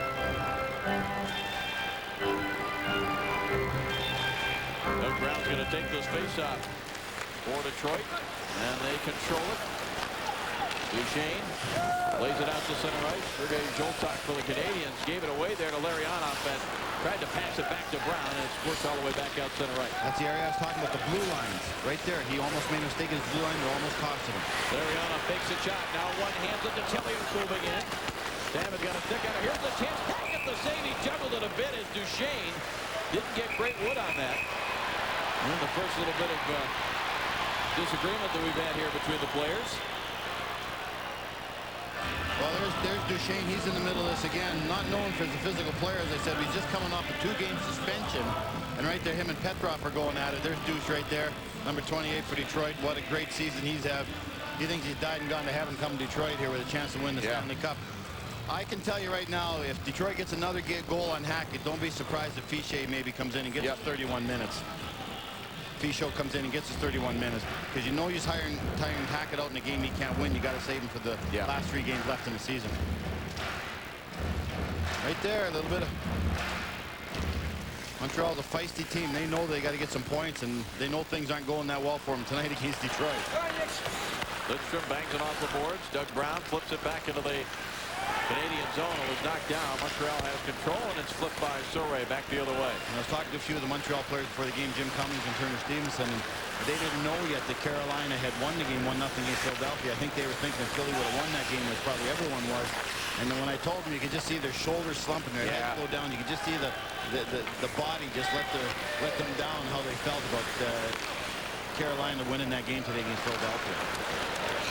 Larionov drop pass. Shanahan stepped into that one, and Hackett back a little bit in his crease there, but he made the stop. And the Canadiens come back through center right. And then Shanahan clears it ahead. LaPointe, a little tip pass for Larionov. He gains the zone and brought it back outside the line, offside. Well, you mentioned the Canadiens were bumming a little bit when they heard about Carolina's win. They don't feel too good right now. They trail by 3. Named the captain of Montreal Canadiens. They named Saku Koivu in a vote the captain of Montreal Canadiens. But this guy is a warrior right there. You see his face is all messed up. As soon as the doctors gave him clearance to play, he put on that great big giant mask, and he got in the lineup to help this team. He said, I just couldn't stay out of the lineup. It was killing me. I wanted to be in for this team that's battled so hard all year long to be where we're at. So he's wearing that mask. He hates it, but he's going to be in the lineup every night for this crew. Savage battling in the corner against Dandenos. Canadiens come up with the puck. Here is Kulak with it. Backhand pass to the neutral zone. Kulak gets it back from Brunet. Dumps it in deep. Yuri Fisher is back there. Giveaway home by Fisher. Chance here, trying to go high on the glove side.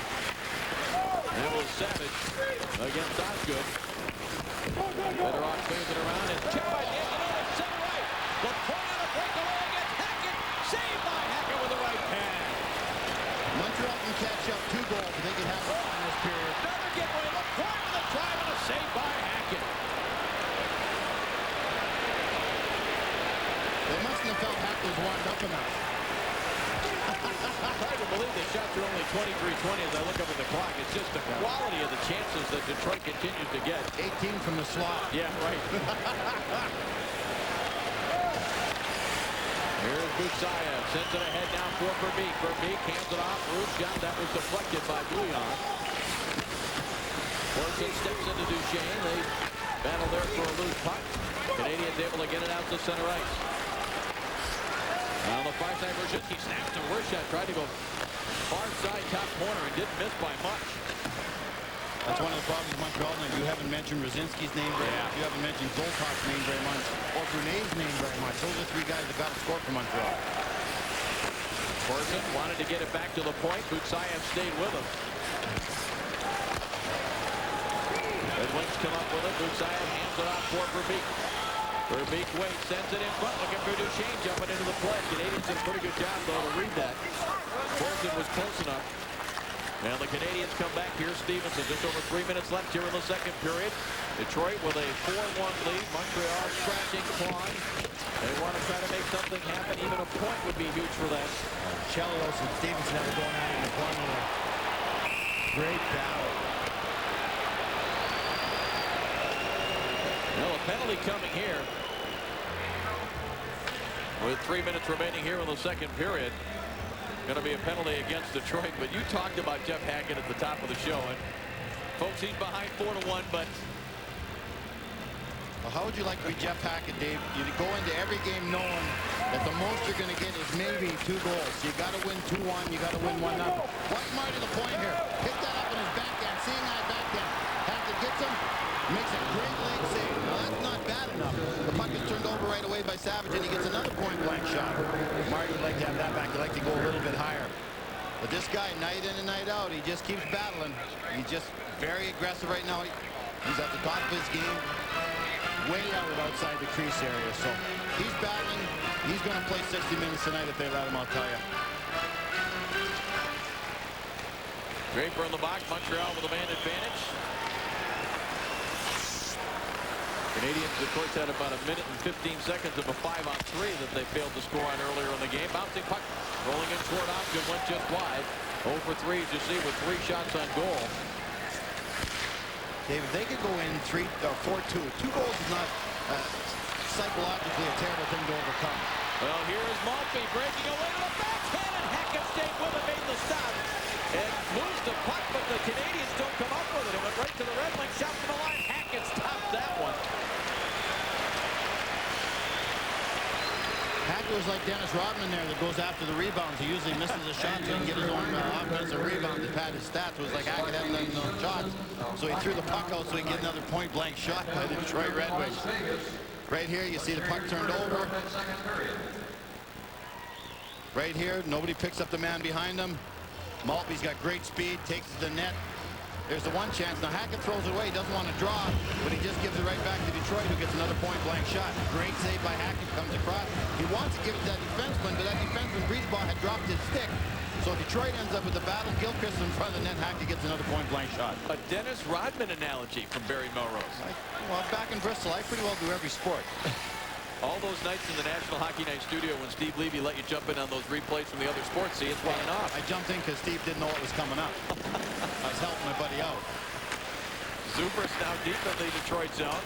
Tried to dump it out in front. Scoring chances 20-10.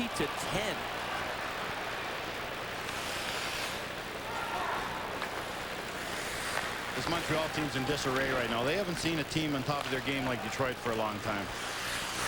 Here is Corson into the zone. Hands it off for Savage. Savage tried to give it back. And it was deflected away. Fedorov could not clear the zone, though. Dykhouse got a stick and a chance in front. Here's goal! Savage, number 49, right in front. On the power play, has made it 4-2, Barry. Well, this is what I was talking about. You got a minute 41 left. Now, if you go into the third period intermission down 4-1 against Detroit, that's going to be a tough sell in the dressing rooms, telling everybody we still got a chance.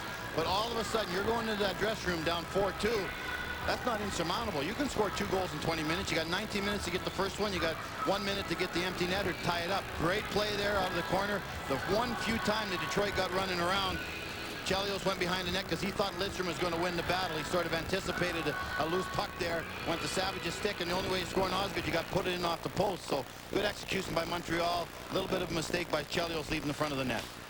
As you see, the 16th of the year for Savage, and that came on the power play. And now Vigneault can go in the dressing room and challenge these guys. Hey, 2 goals in 1 period. We've done it lots of times. They've been thriving and coming back this season, this Montreal team. Lead pass. Here's Ruzicki with a chance. Austin save. Rebound is smothered. Oh, what a great chance there for the Canadiens to get back to within 1. And the right names are showing up. You got Savage scoring the goal. You got Brzezinski getting the breakaway. So things are starting to show up for Montreal. Osgood just shakes his head there. He's on a little talk with his defenseman. If the right guys are getting the chances for Montreal, puck was just rolling at the ender. He wanted to put it right up underneath the bar as Osgood went down. Puck's moving a little bit, starts rolling just as he's going to shoot it. Hits him in the shoulder instead of putting it over him into the top of the net. Stay with us. ESPN News will take over with the intermission report. Highlights from the Flyers and Hurricanes. A thriller in overtime game. Stars and the Avalanche. Overtime again. And the Blues on a roll. All that coming up in our second.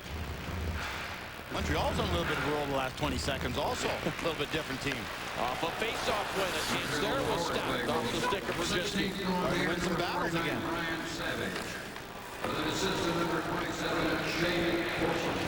Brzezinski trying to slide it in front. Here is Darby. That trickles inside of the net, and it's covered up by Osgood. Starting to win all the battles. Loose pucks along the wall. Draws. Montreal's getting all the loose pucks now. There's Martin Brzezinski leading the team in scoring. Again, the Russian line, Alain Vigneault told me he's been carrying this team. Brzezinski, Zubrus, who they got in the Recchi trade with Montreal. Lowest team leader in the NHL. 87th, I believe, in the NHL. 88th now in the NHL in points. And leading the Montreal Canadiens in scoring. That tells you how little these guys score, folks, for Jeff Hackett. Well, the face-off here to the right of Osgood is controlled by Gilchrist. Lidstrom sends it around. It's chopped at by Draper. Here's Maltby with it. Remember the saves that Hackett made on Maltby and LaPointe. There's a shot that graces off the side of the net. Didn't seem like it would be important when it was 4-1, but his team has closed back to within 2. Now it comes back to the line. Chelios rolls it across to Lidstrom. Lidstrom pass broken up by Petrov, and Petrov pushed hard to the boards by Draper. Here is Chelios back in his own zone. Hands it off for Lidstrom, goes up the boards to Draper, chops it again, and gets it out to center ice. Great play by Detroit. Puck comes up the wall, it gets out. Good teams do that. A poor team, Draper would have lost that puck on the wall. Montreal would have got a scoring chance, not the Red Wings. Top of the circle, that shot though off the stick of Verbeek, never got close to the net. Just 10 seconds left in this period. It's punched at by Chelios. And the Canadiens get it out to center ice.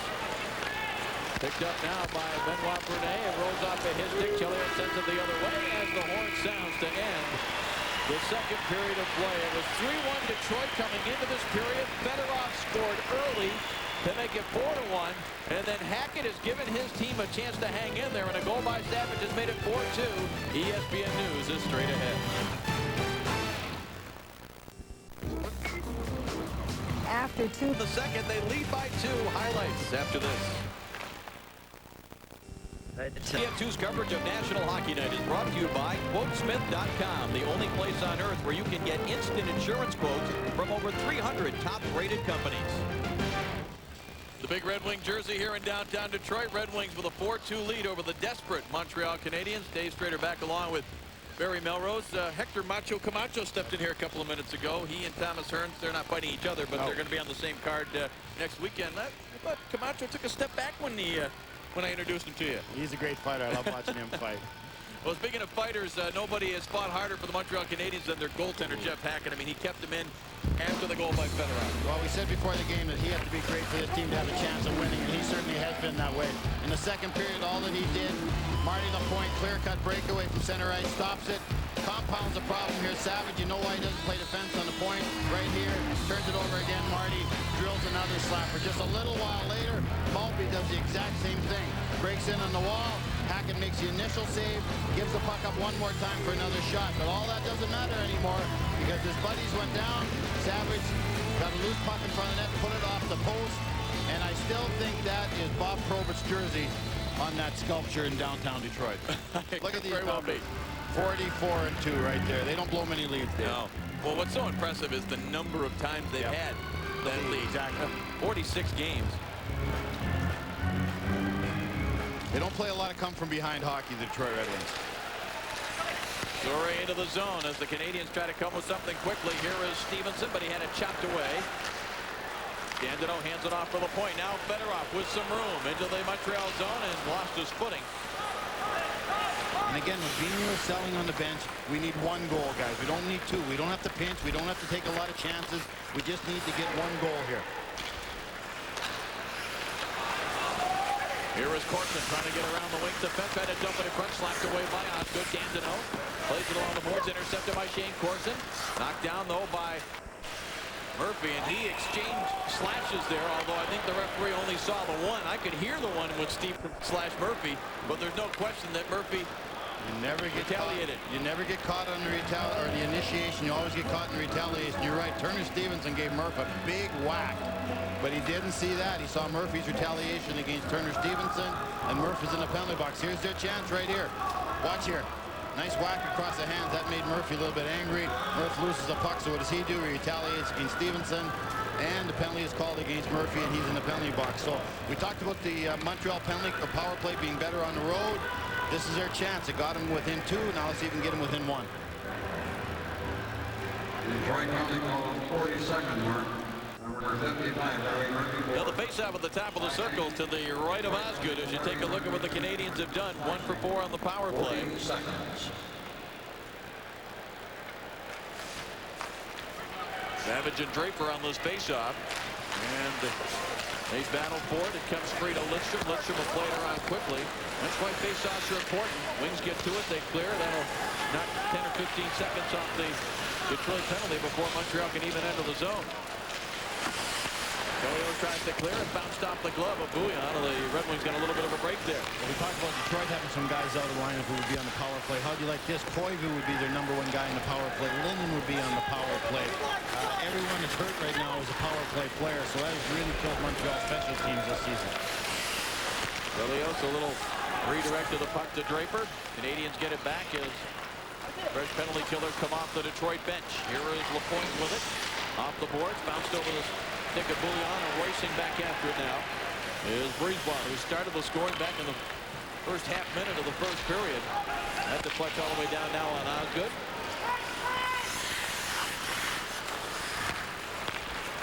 Here is Gilchrist. Gilchrist across center ice, hammers one in on Hackett. He knocks it down. Hands it off for Greg Revay, and now the Canadians come out already better than halfway through this Detroit penalty. Montreal hasn't been able to set anything up. They may get a chance here, though. Corson behind the Detroit net. Gets it to the far side, now hands it off for Brunet. Brunet dumped it back out in front. Corson dumped to the ice, and no call coming there. He wants one. He wants one. Detroit is so aggressive up the ice. Even defensemen go back for the puck on an icing on shorthanded. Have men in their face. Nobody has time to make a play when you're got a power play against Montreal or Detroit penalty killers. Yo clears it back to the Montreal line. Now Brunet with it. Nice play there to get it to Rajitsky to the front of the net. It's him! With a puck check there on Darby. And back the other way comes Fedorov. Said it poked off of his stick. Certainly hasn't been as busy as Hackett, but Ozzy's made 2 or 3 key saves at key times for this team. Where they are chanting Ozzy, Ozzy as Larry Murphy is out of the box. Oh, man. What a play by Montreal, but a better play by the goaltender, Chris Osgood. Great execution. They didn't get many chances on this power play, but boy, this was a great one. Osgood waited him out. Good movement here. Rzycki we talked about. There's the chance. Darby had it. Oh, great save. Wait. Leg again. That's a second great leg save he's made on Montreal. In the first period, he made one on Zoltak on the 5-on-3 situation. So Ozzy's really got those feet working tonight. 29 wins. Tough when you don't give up a goal and you don't get a win. That's what happened to Osgood yesterday when he shared the shutout with Roman Turk of the St. Louis Blues. But his team didn't score one. They didn't get a loss. That's right. Rebound chance there for Darby. Fired it over top of the net. That's why you're a coach. The glass is always half full. Some of the teams I had, I drank the glass most nights on the teams I had. It was completely empty. Completely empty after the game. As a coach, you got Alain Vigneault's glass has always been half full this year. You have to go insane. Larry on up, who took 3 stitches. Shanahan hands it off. A chance here. Hackett the save right in the glove, and he wants to skate it up the ice after making the save on Dandino. What a great passing play, though, again, by Detroit. That bounces in on Osgood. He has to be careful, and he hangs on. Well, National Hockey Night will be back here, ESPN. 7:30 Friday night. The Detroit Red Wings take on the Washington Capitals. A rematch of the 1998 finals, and some dare say maybe a preview of the 2000 finals. These two teams playing very well. And it's going to mean something certainly to the Washington Capitals because they're still trying to hang on to their division lead over Florida to guarantee one of the top 3 seeds. And, of course, they still have a chance at catching New Jersey for that top spot in the East. Great races at the top of each division, great races at the bottom of each division.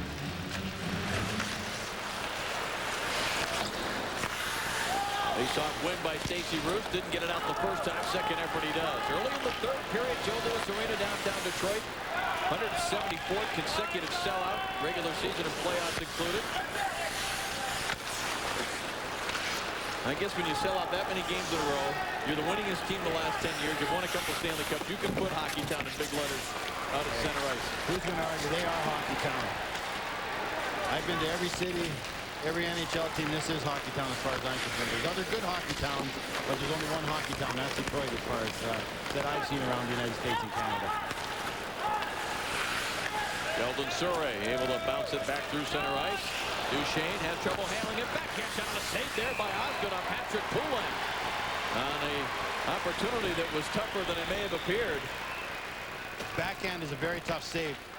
for some reason, goaltenders just never handle backhands very well. It's the old saying, if the player doesn't know where the puck is going, how is a goaltender going to know where it is? Right there, Surrey, just a long flip pass, it's bouncing. Poulin's a pretty quick player. He's got good size. Shields the puck very well with his body. A little bit bigger and stronger than Duchesne. Ozzy's there. He's over, takes the net away. The only way that goal is going to go in is if it goes in right over his left shoulder, the way Shanahan's first goal against Hackett did.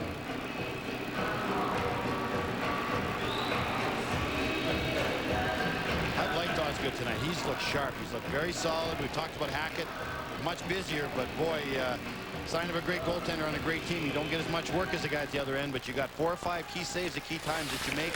Dryden was like that. Belfour was like that with Dallas last year. Zoltak trying to get it in front. It's knocked away, and Detroit could have a 2-on-1 because Montreal was pressing offensively. Dandino looking across, drops it to Fedorov, the trailer. It was a 2-on-1 that became a 3-on-2, and they hit the late man, as a lot of great offensive teams look to do.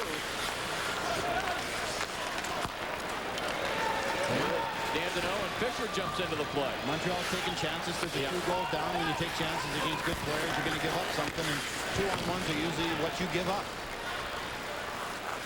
Here Fisher backing up into his own zone, hands it off for Todd Gill, center ice for Fedorov. Now for Draper, he couldn't handle it cleanly. Canadiens take over. Rene drops it back for the flop. That went off his skate blade all the way back into the Detroit zone, and the Red Wings will take it there. Canadiens trail by 2. They need the points. They trail Carolina, the final playoff spot, by 2 points. But even with a win, they would still be in the 9th spot because Carolina has them on the first tiebreaker, which is wins. Stevenson snaps the shot, missed the net. Big carom off the end boards, and it forces the Montreal defense back inside their own zone to get it. But Montreal's saying 4 guys every time they're in an offensive situation. 4 guys are going to the net. Gilchrist gets to a loose puck. Borson checking him. Gilchrist, one hand on the stick. Borson finally took him down. Played around the boards. Doug Brown trying to get there. Lidstrom at the point. Poked at it, but Stevenson got it by him. And Larry Murphy picks it up now for the Wings. In his own zone out to center ice.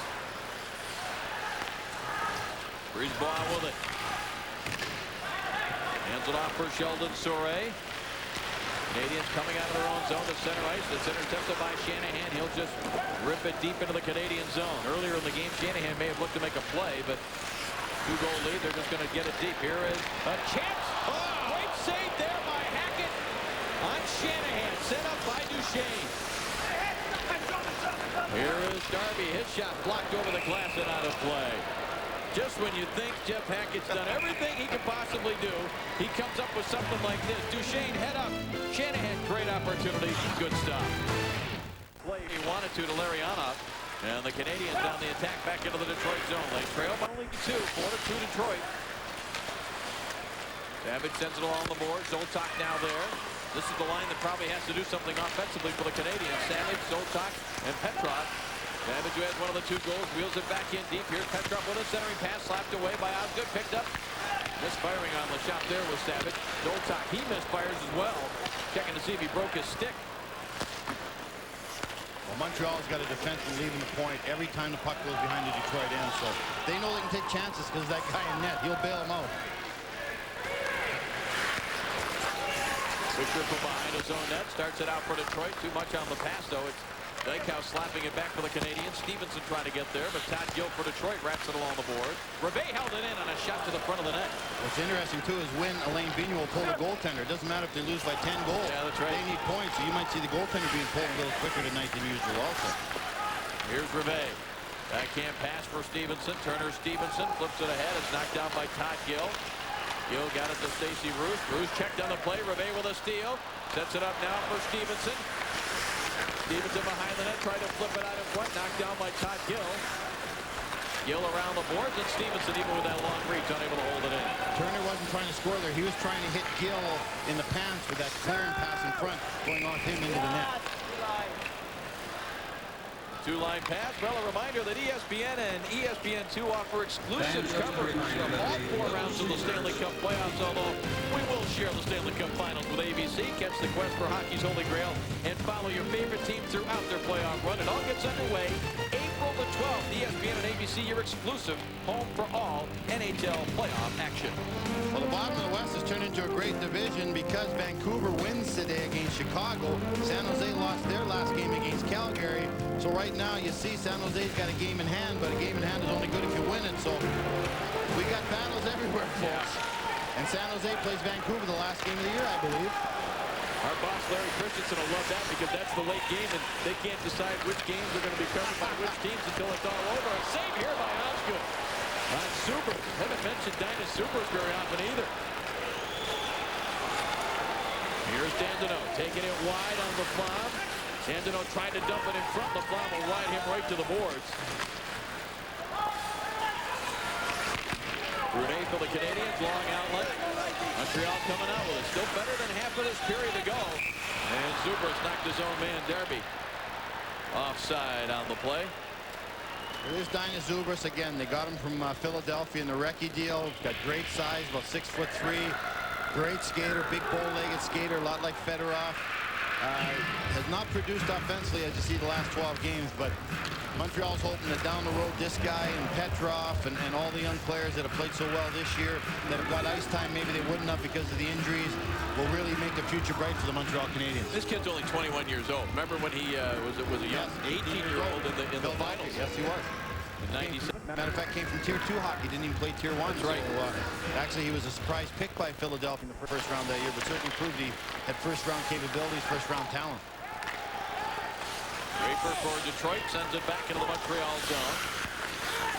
Nelson Surrey back to play. He's under some pressure. Gave it up there to Gilchrist, who set up Draper for a shot that never got through to Hackett. And the Canadiens roll it back out through center ice. Chris Chelios, a former Montreal Canadian. As is Brent Gilchrist, who's out there for Detroit. Sheldon Surrey on New Jersey was about the 6th defenseman. Didn't get a lot of ice time. He's the first defenseman. He plays a ton here for Yes, Montreal. he has played a lot. You're right. Good right leg save there by Osgood. And Brisebois had the chance from the near board. Gilchrist backhands it in deep. And the Canadiens take over. It's Brisebois from back behind his own net. Couch plays at the center ice. Deflected by Juha Linden on Osgood. He decides to scoop it up and hold it there. We have just passed the halfway mark of the third period. Desperation time for the Montreal Canadiens. They need to get something out of this game in Detroit. His Red Wing shirt on and the Michigan State S there as he's rooting for the Spartans. A lot of people in this building are rooting for the Spartans to win their second national championship as they take on the University of Florida tomorrow night. National championship game. Dick Vitale picked Michigan State way back before the season started. Here's a chance. That's going to save. And the Wings able to clear. Dykehouse with it. Winds up, drives it off the glass behind Osgood. Picked up by Gilchrist. Dave, this has not been a defensive perfect period by Detroit by any stretch. No, it hasn't. Montreal's getting their chances. And lots of them. Ozzy's just making key saves for this team right now. Great save. Much like the third period yesterday afternoon, talking with Kenny Howland, the general manager of the Wings before the game. I'd be very happy about the effort in St. Louis, considering the players that were out of the lineup. But he said, boy, our third period wasn't very good. And as good has been the story here for the Wings tonight. Now, we mentioned Chelios and Gilchrist, a couple of Red Wing players with Canadian ties. Another pretty significant guy in the Red Wing organization has some significant ties with Montreal. Scotty Bowman. Look at those numbers, Barry. Well, everybody my age and a little bit younger than Scotty have taken something from Scotty as a coach. I really like to shift my lines around. I like everybody playing with everybody. Scotty was really the first coach that did that. It was frowned upon before he started coaching everybody. You had 3 lines and 3 guys had to play together, and they had to play together all year, like Howell, Delvecchio, and Lindsay. You couldn't move your lines. You couldn't change during the game. And Scotty really innovated the game that way in a number of other ways. So he's influenced a lot of coaches in hockey today, yesterday, and will tomorrow. Lead pass. Stevenson is he going to get there? Poked away by Osgood. Stevenson got there. Osgood thought he was going to beat him, and Stevenson has made it 4-3 for the Canadiens. I told you he's one of my favorites when I coached him in Seattle. He's a 16-year-old. He's got a big body. He's got great big feet. He knows what he's out there for. That's to run into people and get to the front of the net. Great play at the blue line. Ozzy just tried to throw the puck by him. That big body caught the puck. And Turner's able to lucky enough to get a stick on it. Now watch here. Puck is turned over right here. Good movement there by Montreal. Little flipper. Now Turner gets behind the defense. Chelios. Ozzy thinks he can play it, but Turner's big body keeps it in front of him, and he tips it into the open net.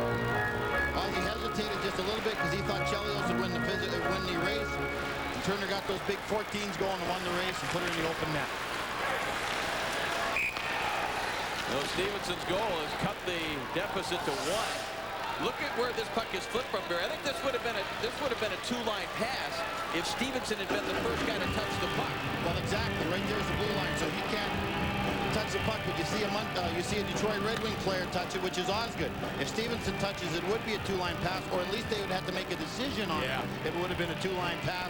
But Osgood comes out. He can't worry about that. He can't put his fate in the hands of a referee with a two-line pass call. So he came out and touched it, and luckily just hit Turner and stayed in front of him. Well, one of the linesmen was pointing at Stevenson, so they were aware. And if he touched it first, which he was trying to do, he wasn't aware that it was a two-line pass, and I don't think Osgood was either. They were playing it like it was onside, and it was going to be a good point. So the Montreal Canadiens down 4-1 in this game has battled back to within a goal out to the line. Duchesne for Detroit holds it in now for LaPointe. Rolling it back for Dandino. Dandino had it stripped away by Ruzhinsky. It came to the side of the net. Hackett slapped it back. And Bouillon sends it out to center ice. Fedorov gets a stick on it there, and it's backhanded by LaPointe over the glass and out of play. Well, Montreal can't change the way they're playing. They got to rely on the goaltender making big saves if there is a turnover. Here's Turner Stevenson right there. Assistant captain, a big part of this team now. He's turned into a leader in that group. He's always been a leader, whichever team he's played in. 7th goal of the season. Now look at this. 38 one-goal games this season for the Montreal Canadiens. That's the good news. The bad news is they're under 500 in those games. Yeah. They have a chance of climbing. They got it. They got it. If they come back against Detroit in this building, they got to finish the job now. This would be so huge for them, psychologically and point-wise, obviously. Sheldon Surrey bounces it ahead. It's slapped away by Lidstrom. Yuri Butsayev out there with Stacey Roos. Pat Verbeek. Go! Fight! Brisebois back to play it for the Montreal Canadiens. Little lead pass now up the right side. Here is Zubras with it. Dinah Zubras looking for some room. 3 Red Wings were backing up, though, and it's slapped away by Murphy. Out to center ice, and Brisebois will back up. Knocked down center ice by Larionov. He's hit right away, though, by Brisebois. Here's Darby, number 63, trying to get control. Darby flips it ahead. In wide of Osgood. Murphy back to get it. Just under 7 minutes remaining here in the 3rd period. Red Wings 4 and the Canadiens 3. Detroit's just plugging up the neutral zone now with 4 guys. Token pressured by the lead forechecker, but they're making sure nobody gets behind them. They're going to make sure they get no outnumbered chances against. But Montreal's going to take chances because they got that goalie back there. They know that he'll save their butt if they make a mistake. He's done it all game long. Savage got a stick on it on the far side. Rebay moves in for the point, sets it up. Zoltak, his shot was blocked. And it's backhanded by Brown out to center ice. It counts for Zoltak. He drops it off now for Savage. Out of Rebay. He's hit right away, though, by Larionov, and Doug Brown will just get it deep into the Montreal Canadiens zone. Dave, you've been following Montreal all season long. I know it's hard down here in Detroit, United States, but this team has been doing this all season long. They've been coming from behind. They've been overcoming injuries. They've been just winning games they shouldn't win. They've been in streaks they shouldn't be in because of goaltending and because of character and courage and passion of this team. You got to cheer for this team. I cheer for Montreal, the things that they've done this season. Here's Ruzhinsky out of the corner. A centering pass there for 2 Montreal Canadiens, and only Steve Duchesne for the Red Wings, and it just hopped over the stick of both the Canadian players. Like I said, Montreal's been getting their chances. Detroit hasn't been defensively perfect in their own end by any stretch of the imagination. Stevenson fanned on the puck as he tried to dump it in. No, we've been selling you that the Montreal Canadiens won't quit, and they haven't. It's a 1-goal game, 5:38 to go. The races in the NHL. Look at this. Carolina wins today 1-0 over Philadelphia. Montreal lost the other night at home to Carolina. Pittsburgh's back. Yager's back healthy. Looks like they're for real. They've won a couple games they shouldn't have won against New Jersey and Washington. So Montreal's got to make hay right now. They got to win this game. They got to come from behind and finish the job. Everybody's been talking about Buffalo because of Hasek and the deals that were made, but they have the toughest schedule of any of the teams battling. Dandino tried to put it out in front for the point. That was blocked by Surrey. And Carolina has the Atlanta Thrashers. We're not dishing the Atlanta Thrashers, but they have them 2 last games of the year. Here comes Shane Corson now. Holding off Dandino. Sorry, passing a chance on the short side. And it was Stevenson again out in front. The Canadiens have tied the game. This is unbelievable. Coming back, 3 goals down in Joe Louis. That late goal in the second period changed the whole mental makeup of the Montreal Canadiens in that dressing room, boy. And now you're hearing the right names. You're hearing Rosinski, and you're hearing Zubras, and you're hearing Griesboig, and you're hearing Savage, boy. All it's good is had to make 5 or 6 great saves in this period, and Montreal would have tied it up sooner than this. Boy, look at this. Told you, now look at the Montreal. 4 guys going to net. They've been doing that all period long because they have so much confidence in Hackett at the other end. 1 guy right there, Rosinski picks up a loose puck, puts it in the corner. Corson, who's been fabulous tonight, wins the battle with Dandino. Right there, Turner Stevenson's been unbelievable tonight, wins the battle behind the net. And Rosinski is awarded with a goal in front. But what a finish. Thanks to Jeff Hackett, folks. That's the only reason this game is 4-4. Remember, Rosinski had the breakaway with about a minute to go in the second period after the goal by Savage. So he hangs in there, and you're right. We've been talking about the skilled players that the Canadiens do have a lot more. But now Montreal can't change. They've got to keep attacking. They've got to keep putting pressure on Detroit. Have faith in your goaltender. If you do make a breakdown, he'll save it. But you can't change. They're playing so confident, so strong right now. Duchesne sends it across now for Draper. Draper plays it ahead for Stacey Roos. The crowd of Joe Louis Arena starting to get back into it. Now there's a hockey game again. 4-4 is our score. Backhanded by Lindstrom in deep. It's knocked away. And Zoltak for the Canadiens. Working against Stacey Roos. Savage drops it off. Here comes Bouillon, the defenseman, moving up on the play. 4 guys are going against it. They're not changing, boys. Savage has it again. Back to the line. Bouillon a shot redirected. Bunker saved by Osgood. Stacey Roos goes up the glass with it. LaFlamme pinched in. Here come the Red Wings. Could have a 3-on-2. Verbeek across the line. The Canadiens get back nicely. They drop it off for Boutsaille. Behind the net, picked up by Detroit. Bouillon stepped into his man for Montreal.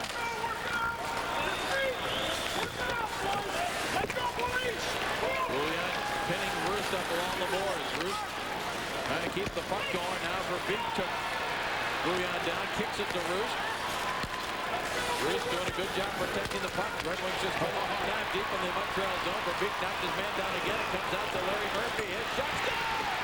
Redirected up over top of Hackett.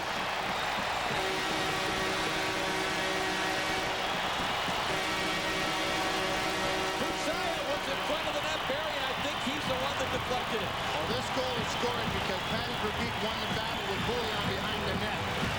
Puck came loose. Patty Verbeek dropped his shoulder, knocked Bouillon down, and then the puck went out to Murphy. It was a great low shot. We don't know who touched it in front, but again, we talked about Detroit. Look at right here. Now, you'll see Verbeek right here. Watch this. Knocks Bouillon down right there, which enables Roos to get the puck out to the defenseman. Verbeek goes to the front of the net. Boutsaille goes to the front of the net. I think Boutsaille finally touched it, but Verbeek made that play on the pick on Bouillon. Puck is touched right there, yeah, by Boutsaille. Great tip, but great work down low by Patty Verbeek. A little ball of hate. Oh, man. Your emotions. You're higher than a kite at 1 minute. Bottom of the ocean the next minute, boy. Oh, what a great redirection. Great look at it there, guys. 5th of the year for Boutsaille, who's only in the lineup again because of all the injuries. Detroit's strength is their core of supporting players. So Verbeek won't even get a point on that play. He will in the dressing room. Yeah, absolutely. It'll be Roos who made the pass out to the line, and Murphy who took the shot that'll get the points on the score sheet. But you're right, Pat Verbeek will get big points in the dressing room. And actually, Montreal had all their guys back. They had good defensive positioning, but they just didn't win the battle. They lost the battle from the net by Boutsaille, and Murphy's great shot. Shanahan trying to get it into the zone. It was knocked away just over 2 minutes ago. So we're going to start keeping an eye on Jeff Hackett once we get inside minute 45 and minute 30. If it stays a one-goal game, we'll see when Hackett will come to the bench. He'll stay in there for now. Zupas hands it off. A chance for the Canadiens, and it hit a skater. Carson would have had a slam dunk. If Shane stops the puck instead of going behind the net, he's got a tip in goal. Zupas for Montreal trying to play it around the boards. It's intercepted though by Fedorov. He dumps it back behind the Montreal net. Lapointe is there. Bouncing puck. Zupas gets to it for the Canadiens. And that was played by Fedorov with a high stick.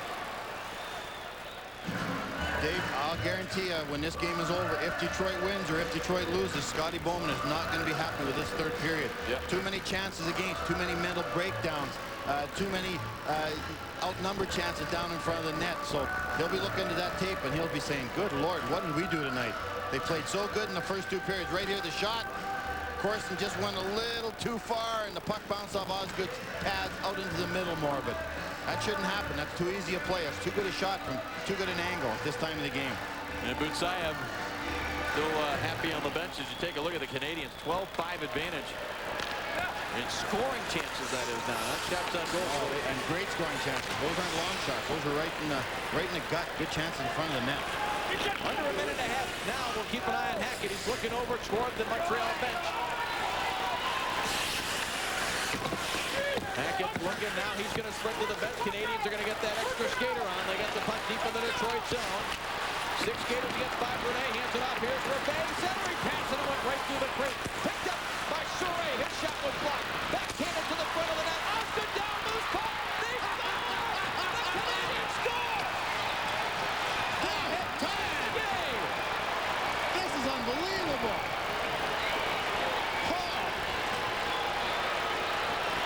Good news, bad news. Good news is, of course, they scored. Bad news for Montreal. There's too much time on the clock until overtime.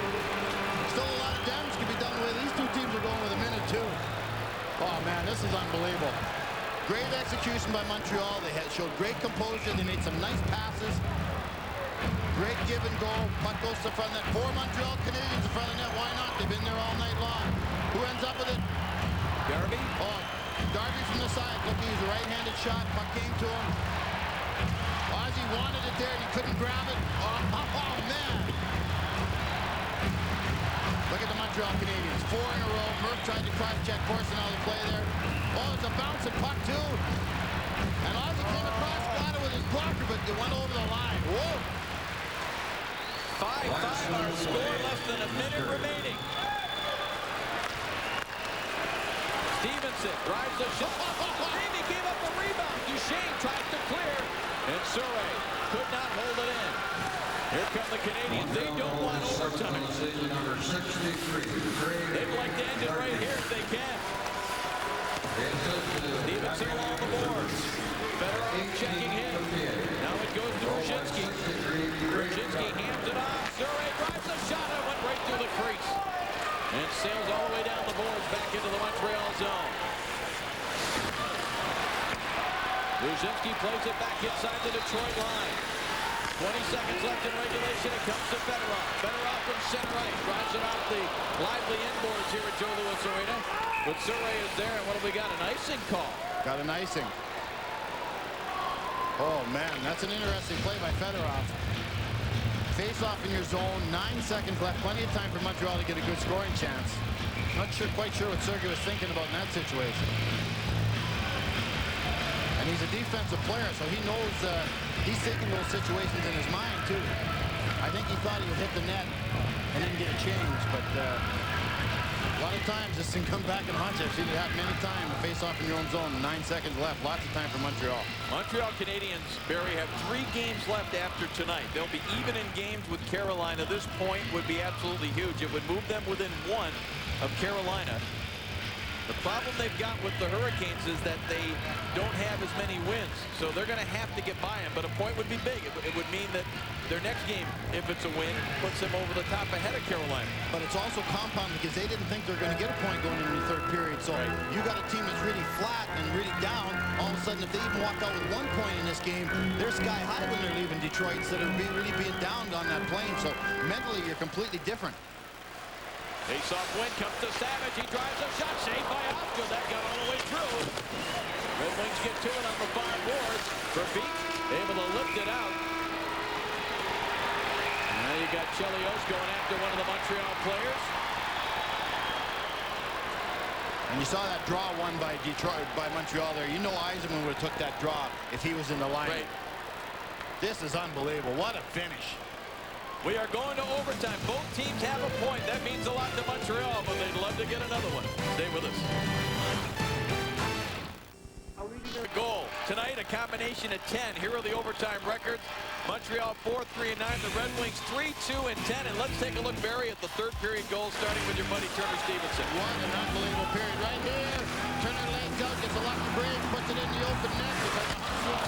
Same thing here. Montreal Canadiens going to the net hard. Wazinski wins the battle, puts it upstairs. Looked like the game was over here. Murphy, but Saev wins the battle, puts it over Hackett. But the Montreal Canadiens never quit. Last minute goalie pulled. Right here, Darby at the side, bouncing puck. Ozzy can't get over and make the save. Oh, man. Here's Ozzy. He was here last night, 24 hours ago, and Jeff Hackett gave his team a chance to win this game early in the game. Hope they reward him with a victory, boy. Even Scotty's nervous. Red Wings don't play till Friday. Montreal Canadiens probably wish they could play tomorrow night. 4 skaters aside.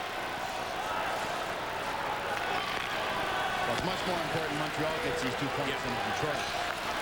Across the line, Shane Corson. Lost it, Fedorov has it. Fedorov back into the Montreal zone. Hands it off a one-timer. Attempt there was blocked by Corson. He puts it on the far side. Here's Brzezinski with it. Little drop pass for Corson. Wants to fire. The shot missed the net. Big rebound around the boards. Brevet gets there to hold it in. Dumps it back along the board behind Osgood. Shane Carson's been Montreal's best player, and he's been great. What a battle. That big mask on that big cage. He's been battling every shift out there, offensively and defensively. Here's Savage, who got that late goal in the second period, Barry, that you talked about being so important. Fedorov one-on-one right now against Brevet, but Fedorov's going to buy some time. Hands it out now for Larry Murphy. Murphy goes to LaPointe, a quick shot, and LaPointe, who hit the post in overtime yesterday, gets a chance there. A lot more hockey coming your way here on ESPN2. It starts tomorrow night. Martin Brodeur and the Devils trying to hang on to the top spot against the Florida Panthers at 7:30 Eastern tomorrow night on ESPN2's National Hockey Night. And Tuesday night, more from the Eastern Conference. The Washington Capitals, Olaf Kolzig, they'll take on the Ottawa Senators. That'll be at 7 Eastern, 4 Pacific on Tuesday night here on ESPN2. And here's why it all matters. Carolina, again, the team that's hanging on to the final playoff spot, but Montreal has gotten 1 point, so they will move up to 79. That is not represented there with this game not complete, but getting into overtime, of course, with the new rule, Montreal does get a point, so that gives them the same number of points, Barry, as Buffalo, same number of wins, same number of ties. If those 2 teams end up tied for the final spot, then it would go to head-to-head. Here's Larry Murphy with a shot that's blocked. Loose puck. And it's picked up by Bouillon. He'll break back down for Montreal, but it's broken up by Nick Lidstrom. He sent it back the other way for the point. Hackett out of the net to play it. Counts it around the boards. And it's taken by Christian LeBlanc. He hands it off now for Petrov. Petrov gets it deep into the zone. Lidstrom stands him up. Murphy gets to it. He is checked on the play there by Jotak. Puck comes free. LeBlanc side of the net. Almost went off of Murphy's skate and into the net. Well, I can tell you, we got Buffalo, we got Carolina, we got Pittsburgh people watching this game tonight. And they can't believe that Montreal's going to get a point out of it. Here comes Jotak across the line, looking for some help. He hands it off. Montreal has a player coming into the zone with Zubras, and they just couldn't hit him with the pass. Zubras with it, had it chopped away. Now Murphy comes away for the Red Wings as Montreal completes a change. They get Savage out there now as Lidstrom plays it ahead toward the Montreal zone. It's knocked down by Soure. Brisebois hands it off. Here comes Savage into the zone. He's hooked on the play. Referees let that one go. Lidstrom taking a look around. Sends it across for Chelios. Chelios, long snap pass to center ice. Bounces off the skate of D'Angelo. And it's picked up now by Soure. Soure into the zone. Toss it across. Knocked down by Savage. And held by Osgood.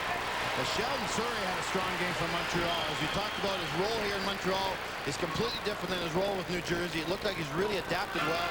He's got a lot more freedom offensively. He's always had that big shot, as we showed when he killed our broadcast for 12 minutes in the first period there. But he has really turned into a big part of this team. There's Brian Savage going to the bench, and a few moments ago, Barry going to the front of the net. Big man, throws it to front of the net. Great play by Savage, not letting it hit his stick. That would have went on off his body. That would have counted. So smart move by Savage and not letting it hit his stick. He is the Masterson Award nominee for the Montreal Canadiens, which is the perseverance and dedication. I think they should give this entire Montreal team I agree with the Masterson Trophy. It's hard not to cheer for this crew, boy. And you see why tonight. You see the heart this team has. Brzezinski back in his own zone, protecting it against Fedorov. Out to center ice. Duchesne knocks it down. Here's Fedorov with it. Hands it off. Shanahan with a chance, but it was closed up quickly, and that puck ends up well into the crowd. We've been talking about Hackett being aggressive since the start of this game. First save in overtime, he is outside the crease making the save. Right there, Shanahan's coming walking down the right side of the rink. Where is he? Right out at the bottom of the circles, challenging. Here's a 40-goal scorer, folks.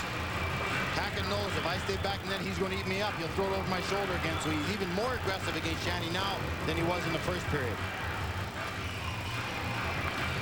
28 saves for Jeff Hackett. Most of those came in the first two periods. Yeah. Montreal dominated the third period. But boy, he earned his money tonight early in this game. This would not have been a tie game if he wouldn't have stopped about 2 breakaways in the second period. Fedorov for Detroit. Zubers for Montreal on this face-off deep in the Canadian zone. Top back out to center ice. Chelios got a stick on it there. Brunet took over. Gets it back across the Detroit line. Chelios went down. Brunet went right down on top of his leg. It stuck to the net. Osgood steers it to the corner. Zubers is there. Well, you can just see the jump in the Montreal skates, Barry. Oh, he got confidence. Here's Zubers with it. Zubers taps to the front. Back comes Fedorov with Shanahan. Fedorov to the front of the net. Shanahan fake. Drops it off for Duchesne. Duchesne pumping into the back. Save by Hackett.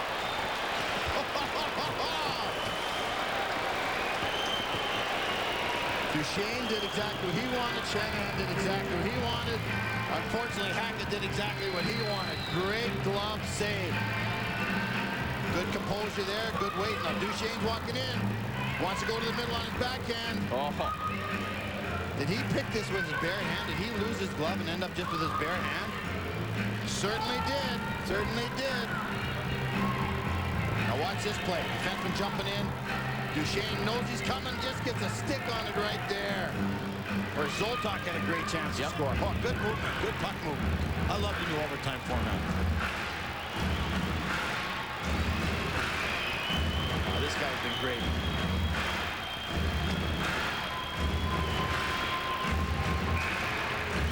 Both shots by both teams have been great chances. Of course, once the playoffs start, it will be 5-on-5 in overtime. We'll go to a better overtime format. Yeah. Go to the greatest overtime format. Brisebois hands it off. Petrov couldn't quite make the play. Now it's back the other way for Larry Murphy. He hands it off and just outside of the play. And the Detroit Red Wings. Don't forget, both these teams played last night on the road. Yeah. They both traveled today. Montreal got in late this afternoon, and they slept late. They got up and ate late. So both these teams are a little bit beat up, and Detroit had overtime game last night. Guys, as far as I'm concerned, this is a coach of the year. I know Joe Quenneville's done a great job. I know Ken Hitchcock has done a great job. I know Ronnie Wilson's done a great job. But this guy, to keep this team together, to keep this team battling, never let this team quit. That's what coaching is all about. Motivation and getting people to play hard is what coaching is all about. Not letting people quit is what coaching is all about. And he's done a fabulous job this year. Well, what a job that he has done in the 2 games against Detroit. The 3-0 win back in mid-January that started the turnaround for the Canadiens. And here tonight, battling back from a 4-1 deficit to force this overtime period. Puck comes free to Doug Brown. Red Wings off to the races. Brown looking over to the left side for Fedorov. Instead carries into the zone. Now goes to Fedorov. Hands it off for Lindstrom. Back to Fedorov. Fedorov moves into the face-off circle. Hackett the save. 2 Canadians go to the corner against Fedorov. Then Chelios came in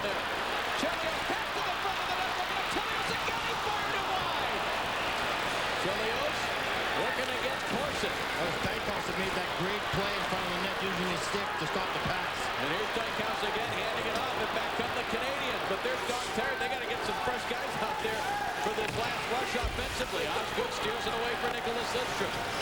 He hands it off for Chelio. Back for Lidstrom. The point behind the defense. He's got the pass outside. He scores!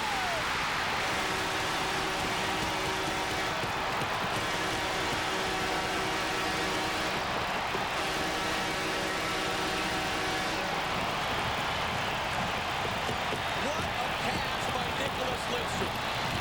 Well, we've been talking about Nicholas Lidstrom before the game. I think that guy should win the Norris Trophy. You saw what he's added tonight, a goal and 2 assists. But frankly, Montreal losing the game doesn't matter. They got a point when they were down 4-1 in Detroit. So that's more important than anything. Marty Lapointe got rewarded for a good effort tonight. It's a second great point. Marty Lapointe hit the post in overtime yesterday afternoon on ABC. But he gets the winner here on just a splendid pass. Watch it here, Lidstrom. He got it through everybody, and Lapointe makes no mistake. The final 6-5 in overtime.